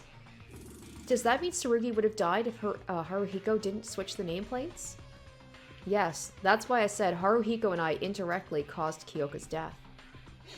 Kyoka, it was all because I was an idiot. It's all because I was dumb enough to mix up those stupid nameplates. Calm down, Hirohiko. Or Haruhiko. It's not your fault. I mean, it kind of is. Even if you put the nameplates correctly, Tsurugi would have been in danger. I'm a policeman. It's my duty to ensure everyone's safety. The only reason I could think of is maybe Tsurugi, because he's a policeman and he solves crimes. Maybe the person just wanted to get him out of the way because they figured that he would probably be the most likely person to figure things out. Well, if that's the case, they're right about that. Tsurugi apparently is pretty good about that. But then again, so is Rei. Rei has definitely put has put a target on her back because apparently she's able to figure out everything so easily. And then there's also the lawyer as well, but he's really strong, so he'd be hard to take down. I was careless enough to let Kyoka die. I should have died rather than failing in my duty like this. Please don't say that. Every person's life must be treated with extreme regard. That is why I cannot forgive the culprit. Not that murderers ever deserve forgiveness, but him killing one of our close friends was absolutely unforgivable. Yeah, I feel the same too, but how am I supposed to take that one of us is that cruel, cold-blooded killer? So? What do you mean by so? Can't you think? Now's the time to say it. You know, the identity of the culprit. The culprit? Oh wait, I'm supposed to know who it is? Didn't you solve everything you need to? The fact the culprit's a man, the way he hanged the body without entering the restroom, how and why he called Kyoka Maki and killed her. Okay, now I have to... Damn, this feels like this is happening so soon. Okay, well I guess we kind of have to go through the potential people it could be. Isn't the culprit fairly obvious at this point? Okay, well I mean, I've been saying my two suspects are Mitch and Teruya. I'm trying to think, who are the other guys? There's the priest. I don't think it's the priest. The lawyer. I doubt it's the lawyer. I mean, he was out around that time. And maybe if he threw the ball hard enough because he's really strong, maybe it burst. But I find that hard to believe. It's not going to be Tsurugi. I don't think it'd be Tsurugi. Are there any other? There's me. Are there any of the guys I'm missing here? Well, we did figure out most of the major details. I don't believe we ever brought up that matter before. Geez, you guys still don't know? How long are you going to make me wait here? I think my legs are starting to hurt. How about you say it yourself if you know so much? Ha, why should I? There are people like Tsurugi Kinjo out there anyway. Tsurugi? Do you know who the culprit is? Yes, I do. Of course, he knows too. Well, actually, I already knew who it was well before the trial started. What? So both you and Rei. Okay. I guess you guys are just that good. Well, that's our ultimate police. But what I thought back then was more like an educated guess. Now that I went through these discussions on the trial, I'm confident with what I have. I'm stumbling. And also Haru. I forgot to mention Haru. Like I said, I just don't think Haru's smart enough to be able to pull it off. Man, that's epic. How did you know? I still don't have a clue. I'll try to make it easy for everyone to understand. Thank you. So let's go back to when we were talking about the hook and the rubber ball. You all know the culprit used them, right? Or how they used them. Of course, the culprit tied a rope to the rubber ball and sent it around the pipe a few times. Then threw the hook on to secure the rope. All was to make it seem like it was done from the inside. The rubber ball was the decisive factor in my deduction of the culprit. Do you remember Yuki explaining earlier the rubber ball burst because it couldn't overcome the pressure? It was probably due to the accumulated damage from the repeated collisions with the wall. And here's the question. How much pressure do you think is needed to pop a rubber ball? Wait, is it the lawyer because he's really strong? Well, it'd depend on what kind you're talking about, but probably a lot? Yep, I'll tell you something that pops too easily will be worthless as a bouncy ball. Right, normal levels of pressure can't leave a single scratch on it, much less make it burst. But the rubber ball still burst, just by bouncing a few times off the wall. That's kind of strange. Was the rubber ball old? Oh, shit. Oh, that's right. Mitch is a soccer player. Here I was thinking someone was throwing the ball, but it very well could have been kicked against the wall. When I saw the rubber ball, it was still glossy and shining all over despite its condition. I dare say it was brand new. I'm not done yet, though I didn't place emphasis on this earlier. Think about it. Would it be easy to make a ball go over the pipe through the little space between it and the ceiling, bounce off the wall, and roll back towards the entrance? It's gotta be Mitch. Now, if we had Leon here, Ultimate Baseball player, obviously I would be like, it's Leon. But, I mean, it's gotta be Mitch. I've been suspicious of him. And the whole thing about the ball, right? That's gotta be it. Especially when the culprit couldn't afford to fail even once because he was a man. I believe it would be a challenge. I don't possess the skills for it in the first place, but even if I did, I wouldn't be able to do it because of the pressure. Fully agreed, but the culprit chose to take that challenge and succeeded nonetheless. That wasn't just a matter of guts, he had the confidence and ability to assure his success. In short, the culprit has the ability to throw a ball exactly where he wants to. That's the same thing I was thinking. We all assumed it was throwing, right? But no. It's more than the accuracy. Not only did the culprit have the precise control over where to land the ball, but also the strength to burst it open. But I don't think any one of the guys looks like they have that much strength and accuracy. Judging by his muscles, maybe Kakeru does. Wahaha, with my daily muscle training, it would be certainly possible for me to burst a rubber ball with my strength. However, just to be clear, I cannot be the culprit. I can't even score a goal right below the basket. Ha ha ha. Then how did the killer pull off those tricks? Was he secretly the ultimate baseball player? That's exactly what I was thinking. This was Danganronpa 1. No problem. No, I think you guys are missing something. I said the culprit made the rubber ball go over the pipe, not through it. How can you make the ball go over the pipe without throwing it? Wait, I think there is a way. How do you even do that? Superpowers? No, you can kick it with your foot. Bum bum bum. Oh right, rubber balls are small enough to hold with one hand, so I was naturally thinking the culprit threw it.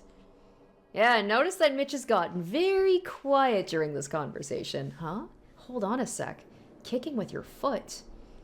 I knew I had the answer when I reached that point. It seems like some of you got there too.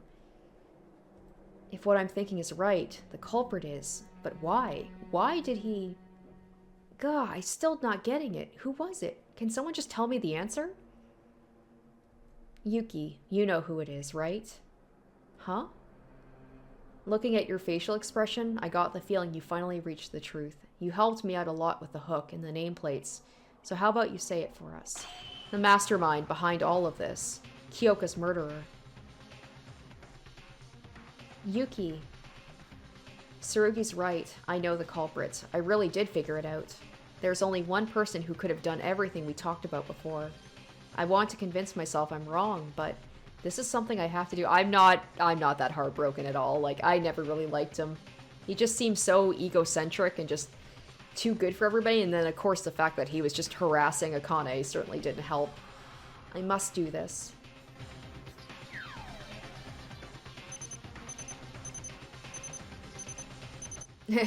Kyoka did it.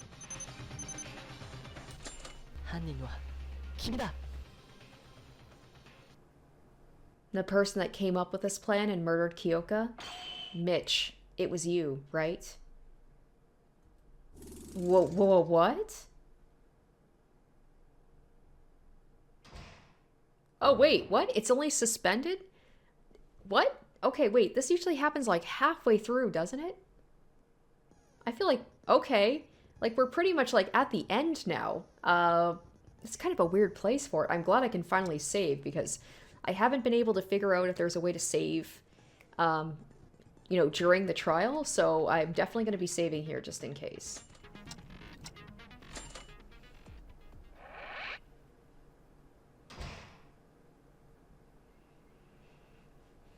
Did you just say I'm the culprit?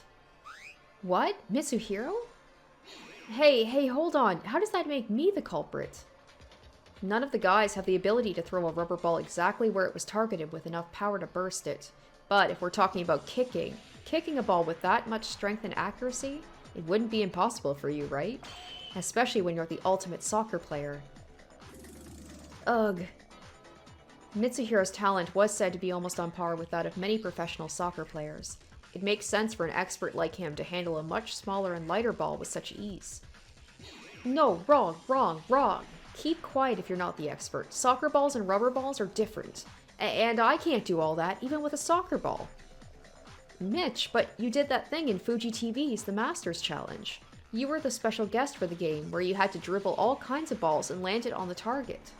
Didn't you have no problem with a rubber ball there? You even did it with a frickin' pea. What? Ahaha. He likes to be Mr. Famous, but that definitely came back and bit him in the ass. Oh, I saw that episode in the hospital. He easily scored a goal with a soccer ball. He did the same thing with ping pong balls, shuttlecocks, and one of those large exercise balls, I believe. Haha, and you're saying you can't kick rubber balls? Try a better joke. That was all fake. It was scripted. How would that even be possible in real life? Do you think I'm a god or something? Whoa, big scandal alert. Mitch, are you really the culprit? Did you kill Kyoka?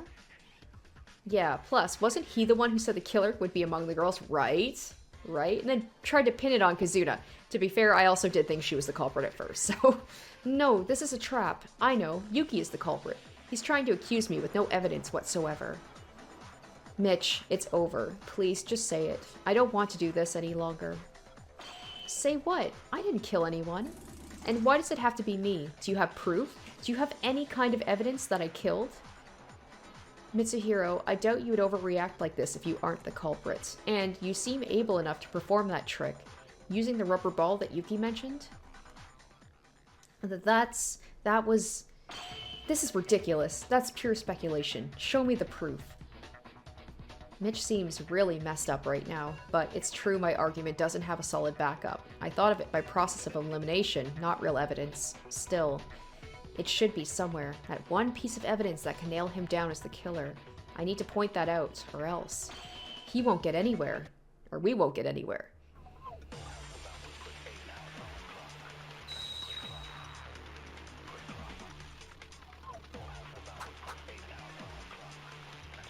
Okay, so bloodstain near the body and Turia's account.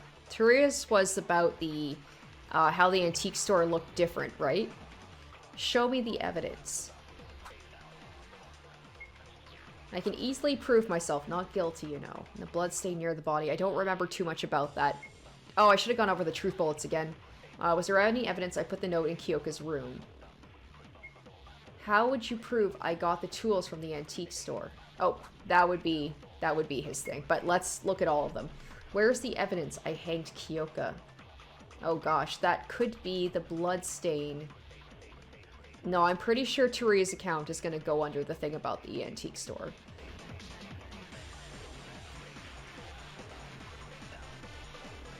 I think something Mitch just said didn't fit with our current knowledge of the case. I don't remember us talking about where the tools came from. Then how could he say something like that? Oh shit. That is similar to... Oh, which one was it? It was like with Mondo, right? Where he said something about like how... Oh, okay, it's gonna come up here. Like, something about like a bag, like a green bag or something. It's like, well, we didn't say anything about the color of it. It's just like, they accidentally give themselves away by having too much information.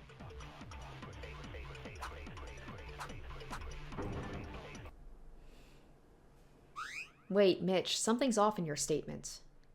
Huh? What's off? I don't see anything wrong in it. I know we talked about the culprit using the hook and the rubber ball earlier, but... we didn't mention where they got it from. How did you know those tools were from the antique store? What? Because that's where most of the tools are. Yeah, I just thought the antique store was a good place for them to get it from. Personal opinion. That makes zero sense. You normally find hooks and rubber balls in storage, not the antique store. Yeah, and doesn't the gym have loads of balls too? You see, you never know. Both the storage and the antique store might have those. That's why I mentioned the antique store. It looked like that place had practically everything. Mitch, we know. One of us has been keeping track of every single item in the storage and antique store. Am I right, Teruya? Oh, yes, Yuki. Is this why you asked me about this?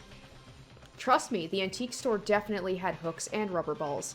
I know, because I spent most of my time hanging out there.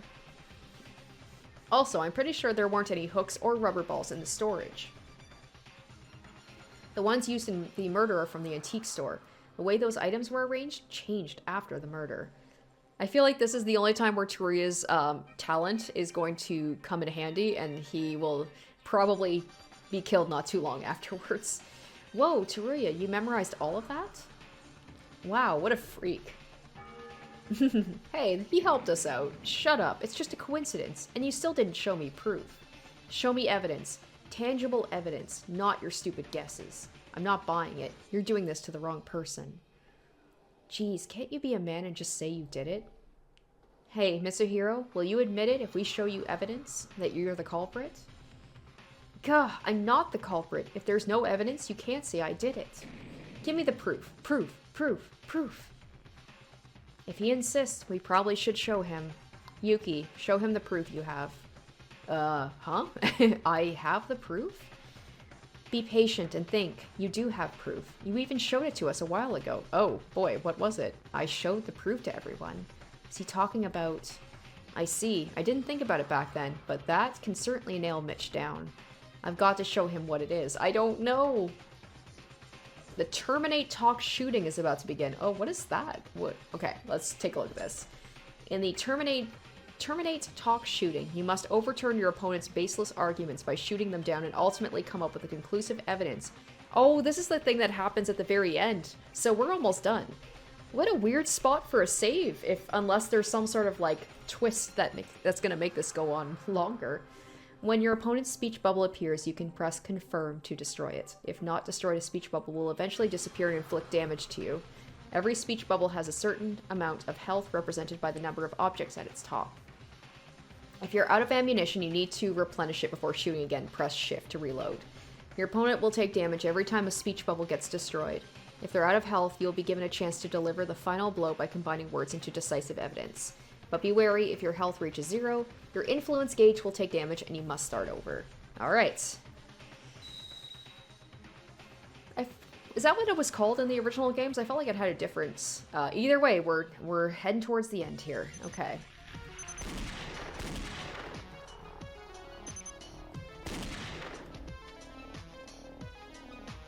I feel like this is much... I mean, we've just started, but this feels like this is much easier than in the original.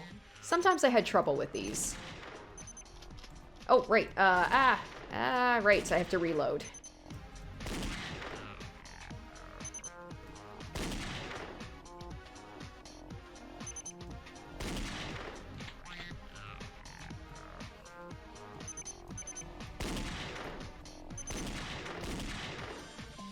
Alright, we're going a little faster, but I mean, we've almost got him. Oh, shit. Okay, here we go. Oh, reload. Shoot. Okay, he did a little bit of damage to me, but it's okay. We got this.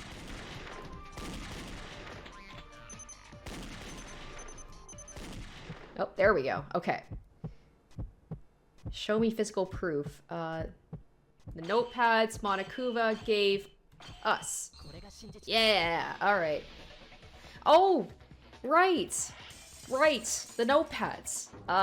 That's where he wrote the notes. So are we saying, like, are we able to do that? The whole thing, like, if we go to his room right now, we'll find that there's, like, a ripped sheet or something. But I'm like, we can't leave, so we just have to, we just have to assume that it's his.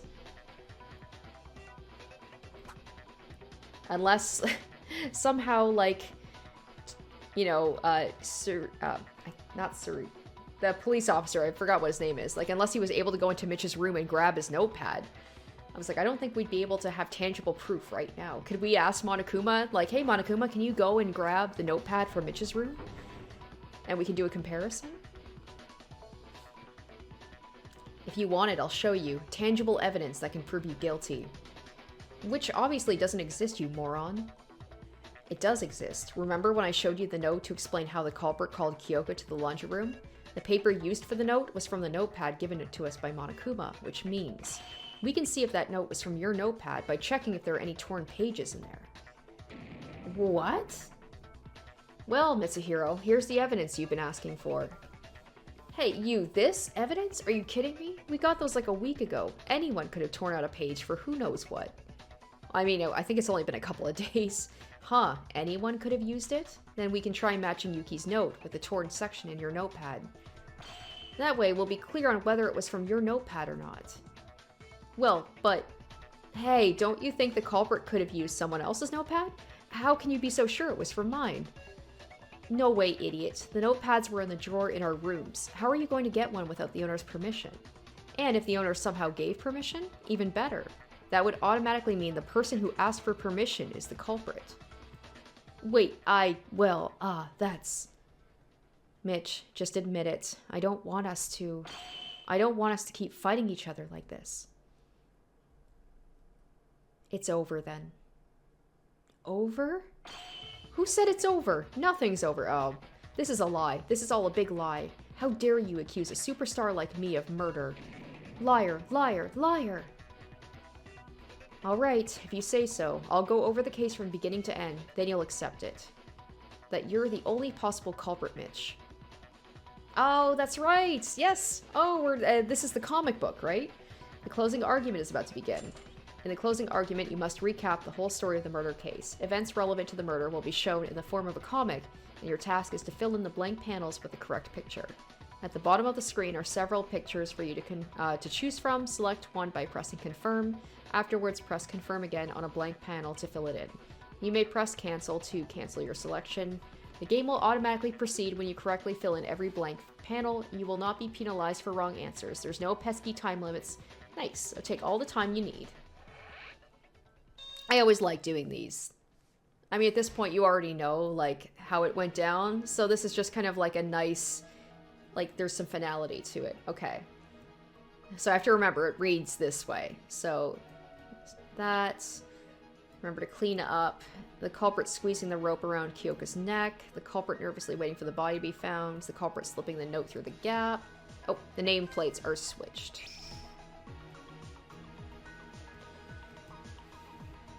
Okay, so this is gonna be... Oh, what was this one over here? Kyoko was ambushed from her back, not knowing the name of the killer, nor the... So that was the thing, too. Like, was it dark and he didn't realize that he had accidentally killed Kyoka? Like, there's a pretty big difference between Tsurugi and Kyoka. Alright, culprit slipping the note through the gap.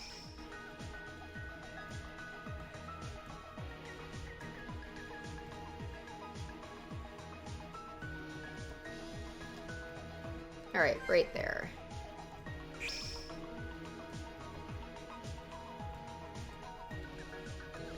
Now remember to clean up after everything.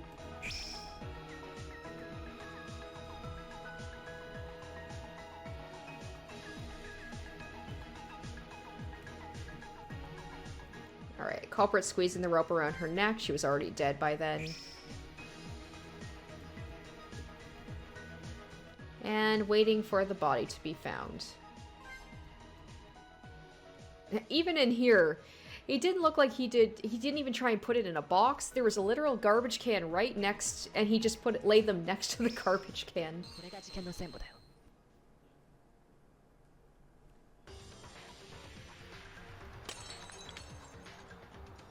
It all started last night. While we were all in shock by Monokuma's motive, Kyoka, Haru, and Satsuki decided to hang out together to distract themselves from the stress.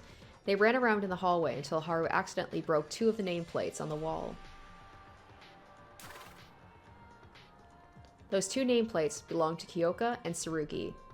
Haru was panicking over breaking school property when Monokuma showed up to give him a warning. He didn't punish Haru since it was an accident, instead ordering him to replace the broken nameplates with new ones. And here's where Haru made a crucial mistake. After a trip to the restroom, he got confused about where the two nameplates originally were.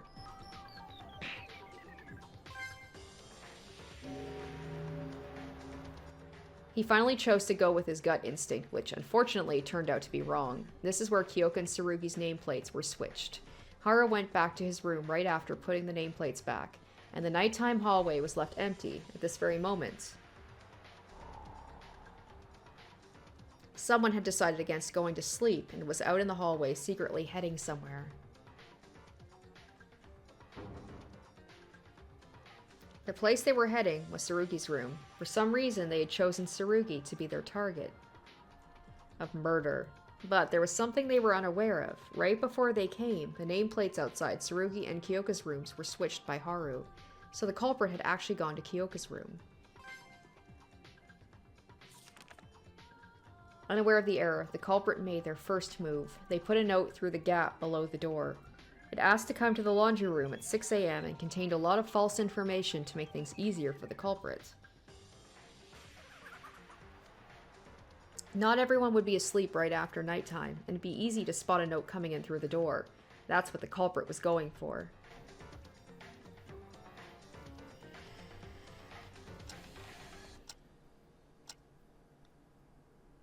The next day, as time approached 6 o'clock, Kyoka, after reading the notes, came to the laundry room as she'd been instructed. The culprit was hiding in the corner of the room, looking for an opportunity to strike. Since they were expecting to see Tsurugi, Kyoka's sudden appearance would have been a surprise for them. Kyoka continued forward, oblivious of her fate. The culprit was probably confused at first, then either noticed they somehow went to the wrong room, or found Kyoka holding the note. So they just decided to be like, oh, fuck it, fine. I've already got her here, might as well. They likely had a plan in mind, and changing the target meant they had to risk ruining everything. So, like I said, that's impressive that Mitch came up with that on the fly. But there was also the potential of being found out and facing the aftermath if they let her go. At last, the culprit decided to change their target. They already had the weapon ready, and it looked like they would be discovered anyway. Meanwhile, Kyoka was wondering why no one was in the room. Still unaware of the presence of the culprit, she was left vulnerable to their attack.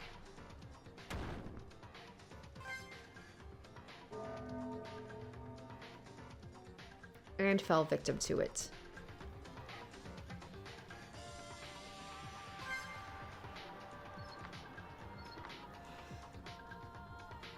After the murder, the culprit wiped off the blood from the body to conceal any evidence of murder. Because it was done almost immediately afterward, Kyoka's clothes didn't get any blood on them. However, they weren't able to take care of the large blood stain on the floor. Maybe because they were in a hurry or they just failed to see it.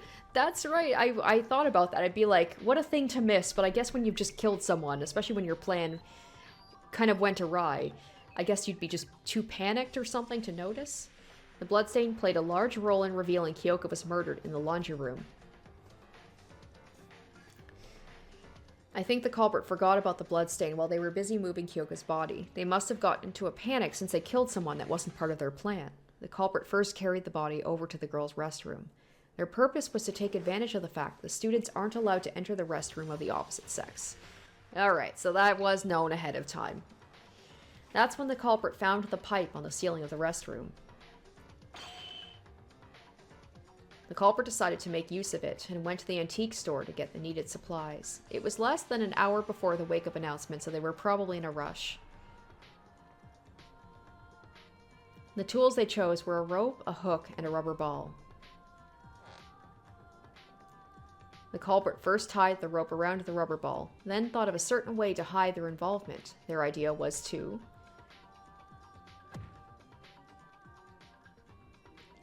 tie a rope on the pipe without entering the girls' restroom using the rubber ball. Since the culprit was a man, they were unable to enter the girls' restroom.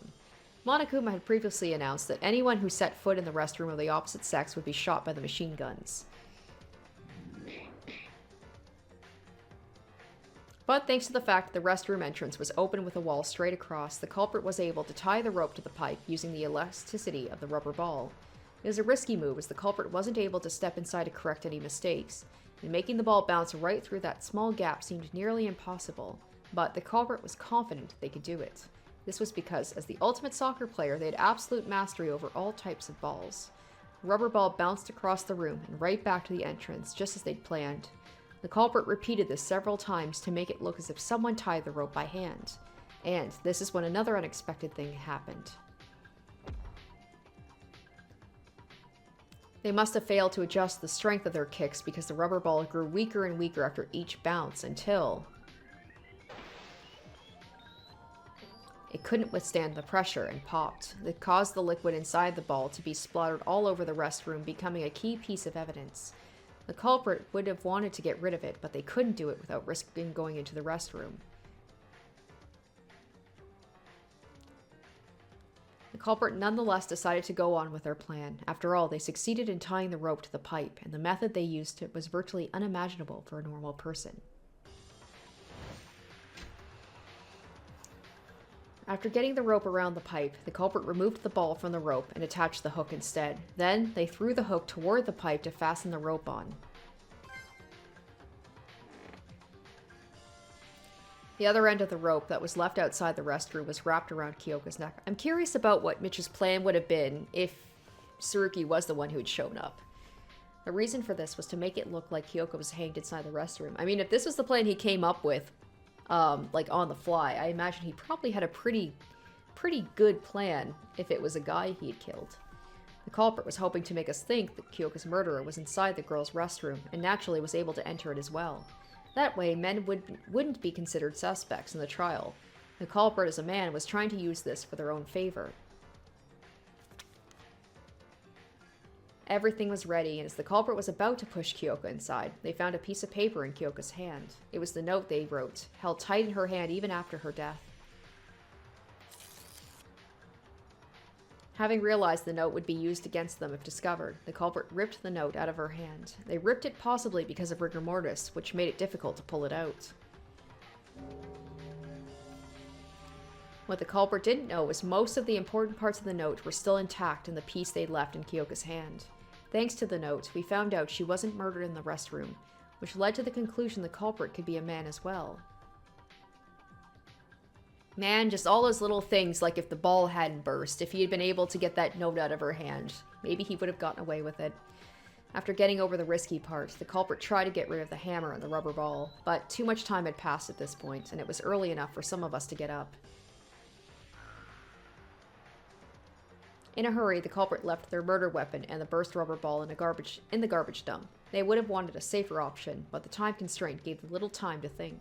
They must have thought we wouldn't find them if they put it alongside all the trash. And it kind of worked, since Kakeru and I were the only ones to discover them.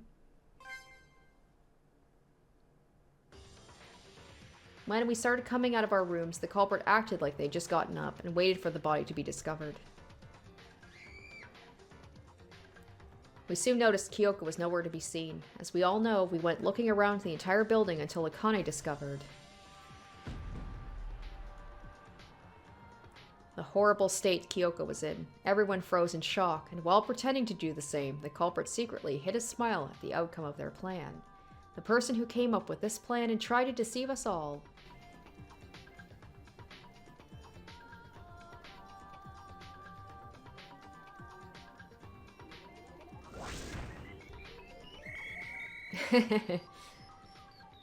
Red card, you are out of the game of life. It was you, right? Mitsuhiro Higa.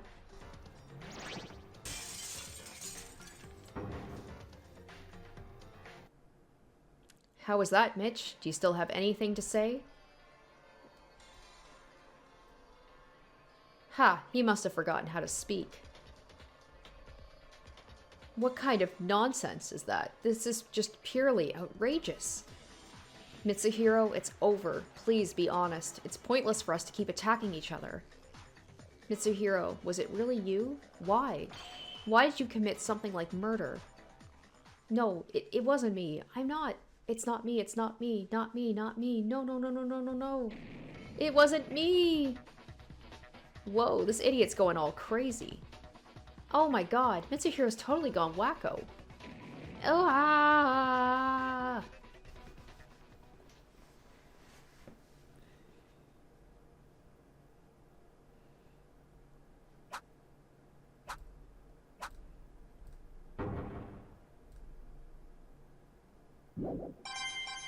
Alright, 68 monocoins.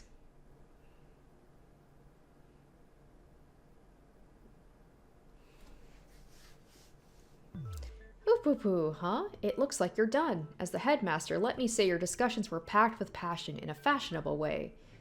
Passion and fashion. Are they the same? Are they different? Oh, who cares? You don't need any of those to live a good life anyway. So, let's move on to voting time.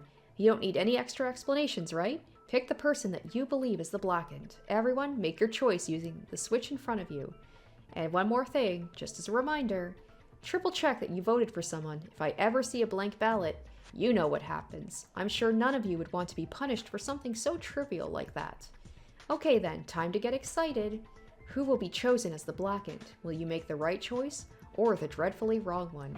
What's it gonna be? What's it gonna be?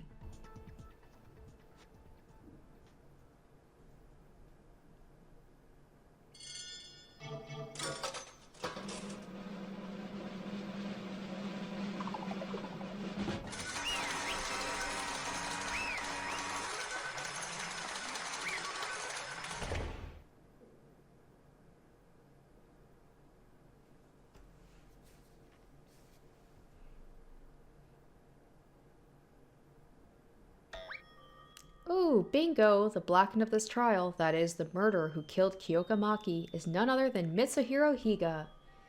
Whoa, wait, hold on. Mr. Higa, did you really? Mitch, why did you kill her? Tell us. I was a big fan of yours. I liked soccer too. I admired your talent as a rising star. Why did you have to never meet your heroes? Cut it out and say something. Fine. I killed Kyoka Maki. Are you serious? Finally. Mitsuhiro, assuming everything we found out is true, you murdered Kyoka even though she wasn't your target. I'm not saying it was okay for you to set up a murder, but you could have quit and spared Kyoka when your plan went wrong. Why didn't you do that? Why? Why were you so stubborn about killing someone? Kyoka? Kyoka did nothing to you. But, I just had to get out of here after watching that video. That video? Just as I thought. That's the only possible answer. You mean, the motive? Monokuma had shown us that DVD just yesterday. The contents must have been different for each student, but every one of them seemed enough to drive a person toward despair. When I watched my video, I felt myself wrapped by a surge of emotion demanding me to escape here using any means possible. I even pondered the thought of murder. Mitch must have killed due to the same reason. I'm aware of how serious a crime this is. Even a million apologies won't be enough for what I did. But I had to do it. I had to get out of this place, and for that, I had to murder. Mitsuhiro, you bastard. I don't know what you saw in your video, but can you even guess what was on mine? Every soccer stadium in the world being reduced to ashes, terrorists attacking FIFA headquarters, world-class soccer players going missing. On top of that, my home team was also... How could such a thing be possible? I'm sorry. That's exactly like my case. Oh, this can't be good. It seems like something has occurred to the well-being of Yuki Maeda's warm and caring family. What could have possibly happened at his house? To Mitsuhiro, soccer would have been like the home where he belongs. Witnessing his own sweet home being completely destroyed would feel... Attack on FIFA HQ? Come on, you know that's utter nonsense. Right, and it doesn't only pertain to yours. All of our videos have been manipulated. You shouldn't have fallen for this trap. Ugh. I couldn't stop trembling after watching my video because it was as shocking and terrifying as yours. It wasn't just you. It was everyone's fight, even Kyoka's. Even though she watched the same absurd video, she was trying to overcome her shock. You asshole. I couldn't help it. Soccer is my everything. I'd even say it's more important than my life. I know murder is wrong, but I just had to see with my own eyes if that video was real, even if it meant killing another person. Let me ask you one thing. Suppose your plan went off without a hitch and you got out. What if you found out the video was forged? Then what were you going to do? You heard about the class trial and the entrance ceremony, didn't you? The victory of the Blackened is equivalent to the death of everyone minus the Blackened. My point is this. By setting off your murder plan, you opted to take the lives of us 14 for your own needs. But were you aware of the full weight of your choice, or at least prepared to face the consequences? I doubt it. You know what I want to say. You're nothing more than an ignorant moron who wanted to get out of here using soccer as an excuse. Of course our videos were as shocking as yours. Otherwise, it wouldn't even be a motive. If that alone was sufficient to make a person murder, all of us would have done it by now. But in reality, you were the only one to commit murder. What do you think made that difference? Could it be prioritizing your selfish desires over your so-called friends? Ray, stop it. Don't try to make this any more complicated. Are you telling me this idiot got shocked by the DVD then just went on to murder someone without even being mentally prepared? No, I won't deny that, but soccer really was my everything. Actually, it was pretty well planned out. He even managed to come up with a complex trick immediately after murdering Kyoka. Yeah, right? Tsurugi being his initial target doesn't look like a coincidence either.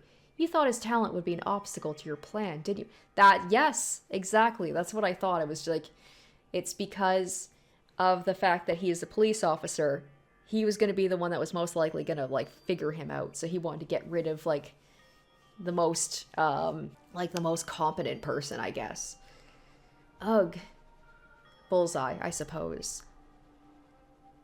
Right. From the beginning, Mitch was willing to murder, even without the motive. A malice beyond description. That's what took Kyoka's life. But, so what? Does it matter? Monokuma was the ultimate ringleader behind all this. Monokuma's the one who drove Mitch to that point. You know what, Mitch? Right after watching this motive, Kyoka told me, Haru, and Satsuki this.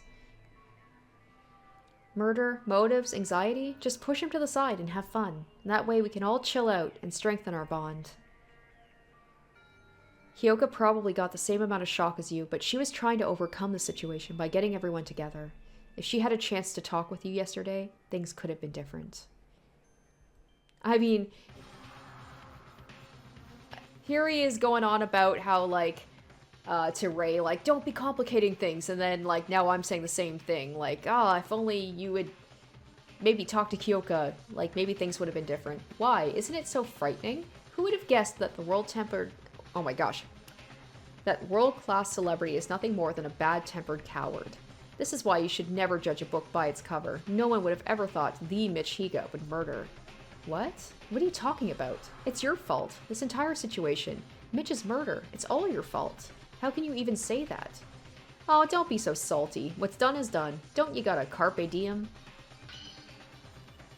Oh, what's up with that attitude? If you're trying to fight me, give up. You'll probably end up hanging out with your dead friend anyway. Besides, you guys don't scare me at all. Shut up, Monokuma. I don't know where you got the balls for that, but someday I'll bring you to justice myself. Tsurugi might be an exception. Gee, look at how long you guys have been holding me back. We'd better get started. Started? On what? The punishment. What else would it be? I told you, punishment awaits the loser of the class trial. Punishment? You mean execution? Just give me a sec. Of course I'm guilty. I deserve death. I deserve any kind of punishment. I know I can't make up for my crime. But still, are you really gonna kill me? Sure, I'd kill Kyoka, but isn't this a bit different? Seriously? You're gonna take my life? He's like, I'm famous, therefore my life is worth more. I can explain. I really must have been crazy. I'm sorry. I'll never do it again. I can rot in jail for the rest of my life. Just don't kill me. Yeah, I don't think the insanity plea works here, my dude. Yeah, I'll do anything you want. You can have all the money I earned from playing soccer, okay? I don't want to die. Help me. I'll do anything but dying. I'm begging you. Please don't kill me. Hey guys, do something. I'm gonna die for real. This is not a joke. Notwithstanding Mitch's desperate cries, everyone turned their heads away from him, including myself.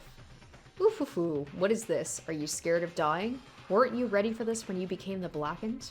Above all, you disrupted order. You killed Kyoka. Whatever the laws outside may be, the rule here is simple. An eye for an eye, a death for a death. No matter what you do, you can't avoid punishment. Once you're revealed to be the Blackened, you are punished. This is an iron-bound rule. Now save your breath and let us begin. I certainly wouldn't want my students to procrastinate. So I prepared a special punishment for the Blackened. Mitsuhiro Higa, the ultimate soccer player. No, go away, go away. Let's give it all we've got. It's punishment time. No!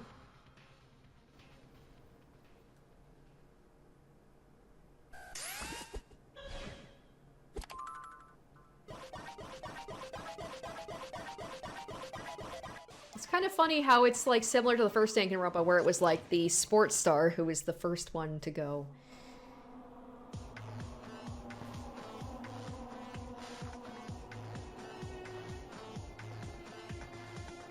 Alright, it's pretty well done so far. It's quite similar. I was wondering how they were gonna like actually be able to pull off. Like, are we gonna have a red card? Are we gonna have like a full-on animated? Alright, it's pretty impressive.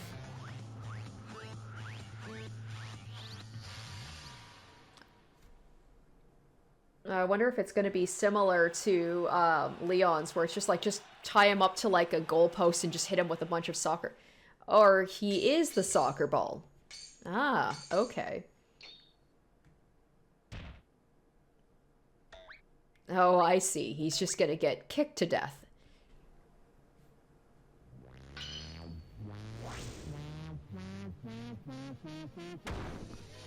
Death, the volcanic shot? Alright, it's interesting. So they do a mix of kind of like, you know, this style, and then they've got like the more like typical Danganronpa style. Oh no, on fire too. Oof. That's a rough death, man. Kicked and burned to death.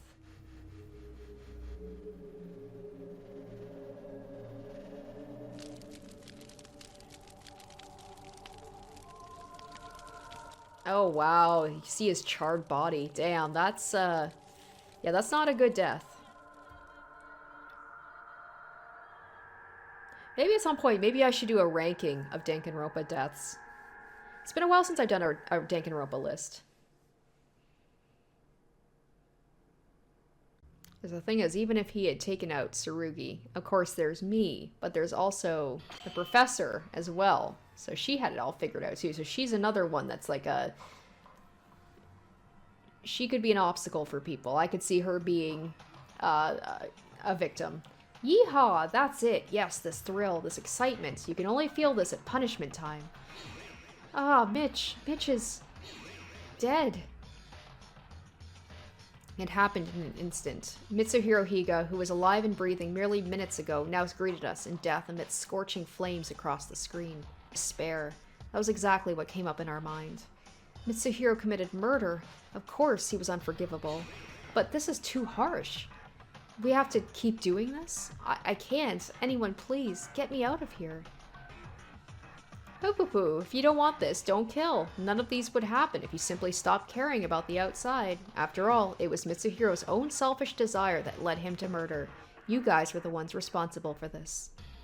But how can we just forget about the outside world? 'Tis impossible. Monokuma, what is your intention? What do you get from committing this heinous act? Intention? Intention? Huh? What is that? Sounds too hard for me. Nobody cares anyway. You don't have to know it. Just heed my words, and all will be fine. Besides, you won't understand a word even if I tell you. Not even the slightest bit about what's going on right now. A total waste of time, right? You son of a... Oh no, how intimidating. Well, case closed. The class trial is officially over. Everyone, rest in peace. Hey, wait! He's gone. Damn it, what are we supposed to do now? In a silence, everyone kept staring at the spot where Monokuma was standing. Although the class trial was over, none of us looked eager to leave the courtroom. After losing 2 friends on a single day, and realizing escape is still far out of our reach, we couldn't help but freeze in despair. Everyone, we need to stay calm. If we lose hope here, we won't be able to accomplish anything. But my legs ain't moving after watching that execution. How are we supposed to stay calm when our friend has met such a horrible end? Friends? Who is this friend you're talking about? Oh. I mean, I was thinking the same thing, but what? Who else could it be besides Mitsuhiro? You're calling him a friend? I don't get it. Oh shit. So I guess in his mind, as soon as someone commits a crime, he's like, they're a criminal. They're not a friend. I can't be friends with criminals. Are you calling a murderer your friend? Exactly. Very black and white. He's very black and white about it. What's wrong with you? Tsurugi, sure, Mitsuhiro killed Kyoka, and he deserved punishment, but he was still our friend for the past few days, right? Yes, he was. Now he is only a criminal who got what he deserved for committing the worst possible crime on Earth. What's so surprising about that? You may argue Mitsuhiro deserved the death penalty, but do you condone Monokuma's actions? Are you condoning Higa's murder? Yes, Monokuma killing him was also murder. Monokuma is a criminal worthy of death too. But letting Higa live would just be as absurd. There ought to be retribution for every murder. What the... Are you saying you're glad that Mitch died? Of course. Wow, no murderer has the right to live, regardless of how many they've killed. What? Sure, Tsurugi had said he despises criminals more than anything else, and that his dream is to end all crime in the world. But still, saying he's glad for someone's death, even if that someone was a murderer? That's insane. Would you also say killing a murderer is acceptable?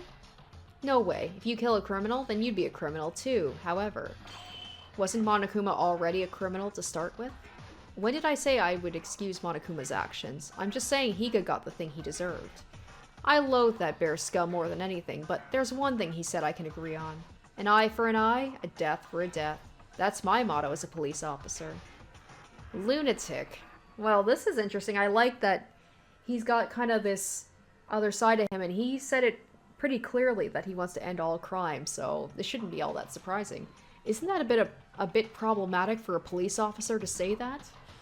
Why would it be problematic? I think the real problem is with the current legal system. I'm going to work hard to change the laws in this country. No, the entire world. I'll create a world where no one dares to commit a crime. That's why I need to get out of this place. Same goes for all of you. Stop thinking about that killer and strategize on how we'll fight Monokuma. I'm not supporting him as a hero, but something is definitely wrong with you. It's interesting because he's supposed to be kind of like our great leader, and now we're like, oh, he's a little off the rocker. Wrong? To me, the way you're acting is wrong. Don't you realize you're already approving his actions by caring about his death? Criminal or not, someone just died. How could you react like that when a human being was murdered right in front of you? How could I? Well, criminals don't count as human beings for me. Leader? Tsurugi, what happened to you? You weren't like this. What do you mean? I was like this the entire time. I'm just giving some advice to those of you who are becoming overly hysterical. Of course, I'm aware that I'm ultimately the one to blame. Kyoko wouldn't have died if I had been more alert. Therefore, from now on, I won't let another murder happen in the school, no matter what it takes. It's my duty to protect you all, isn't it? You! Stop. Mikako, she spoke. Everyone's exhausted. Let's go to our rooms and rest. Calm down. We can talk again tomorrow. Right, this mind-blowing incident got us all heated up. Let's cool our heads and talk again tomorrow. Fine, I don't think you can think logically in this condition either. And thus our first class trial came to a close on the worst possible note. If it wasn't for Mikako, we might have broke into a fight. Somehow I feel like everyone went crazy. No, I might be the one who's crazy. 2 of us died on a single day. It'd be weird not to go crazy.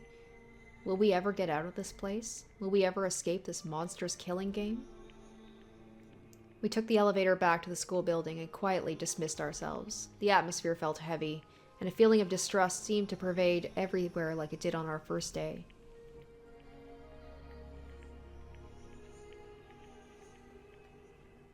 Everything that happened today already feels like memories of a distant past. Surrounded by this bizarre environment, my sense of reality was slowly fading away. The day I left home for Hope's Peak Academy, a week prior to today, seemed like it was from a long time ago. I couldn't even recall how my parents looked. My family. Ugh. Kyoka. The trial. Mitch. Execution. Tsurugi. My brain drifted in confusion as these thoughts kept swirling in my mind.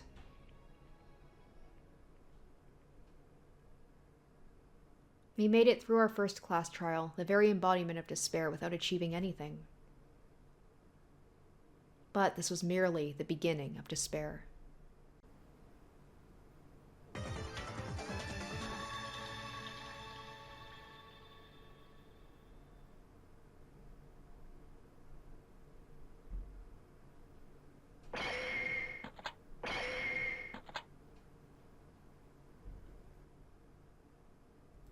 Alright guys, so that will do it for the end of Chapter 1 and the first class trial.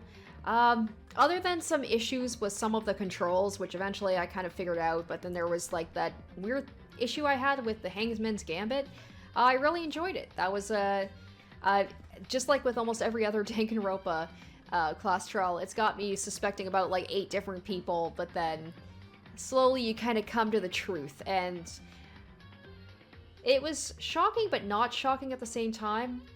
I'm starting to sound like Tsurugi. I'm not too upset about it being Mitch because he kind of rubbed me the wrong way.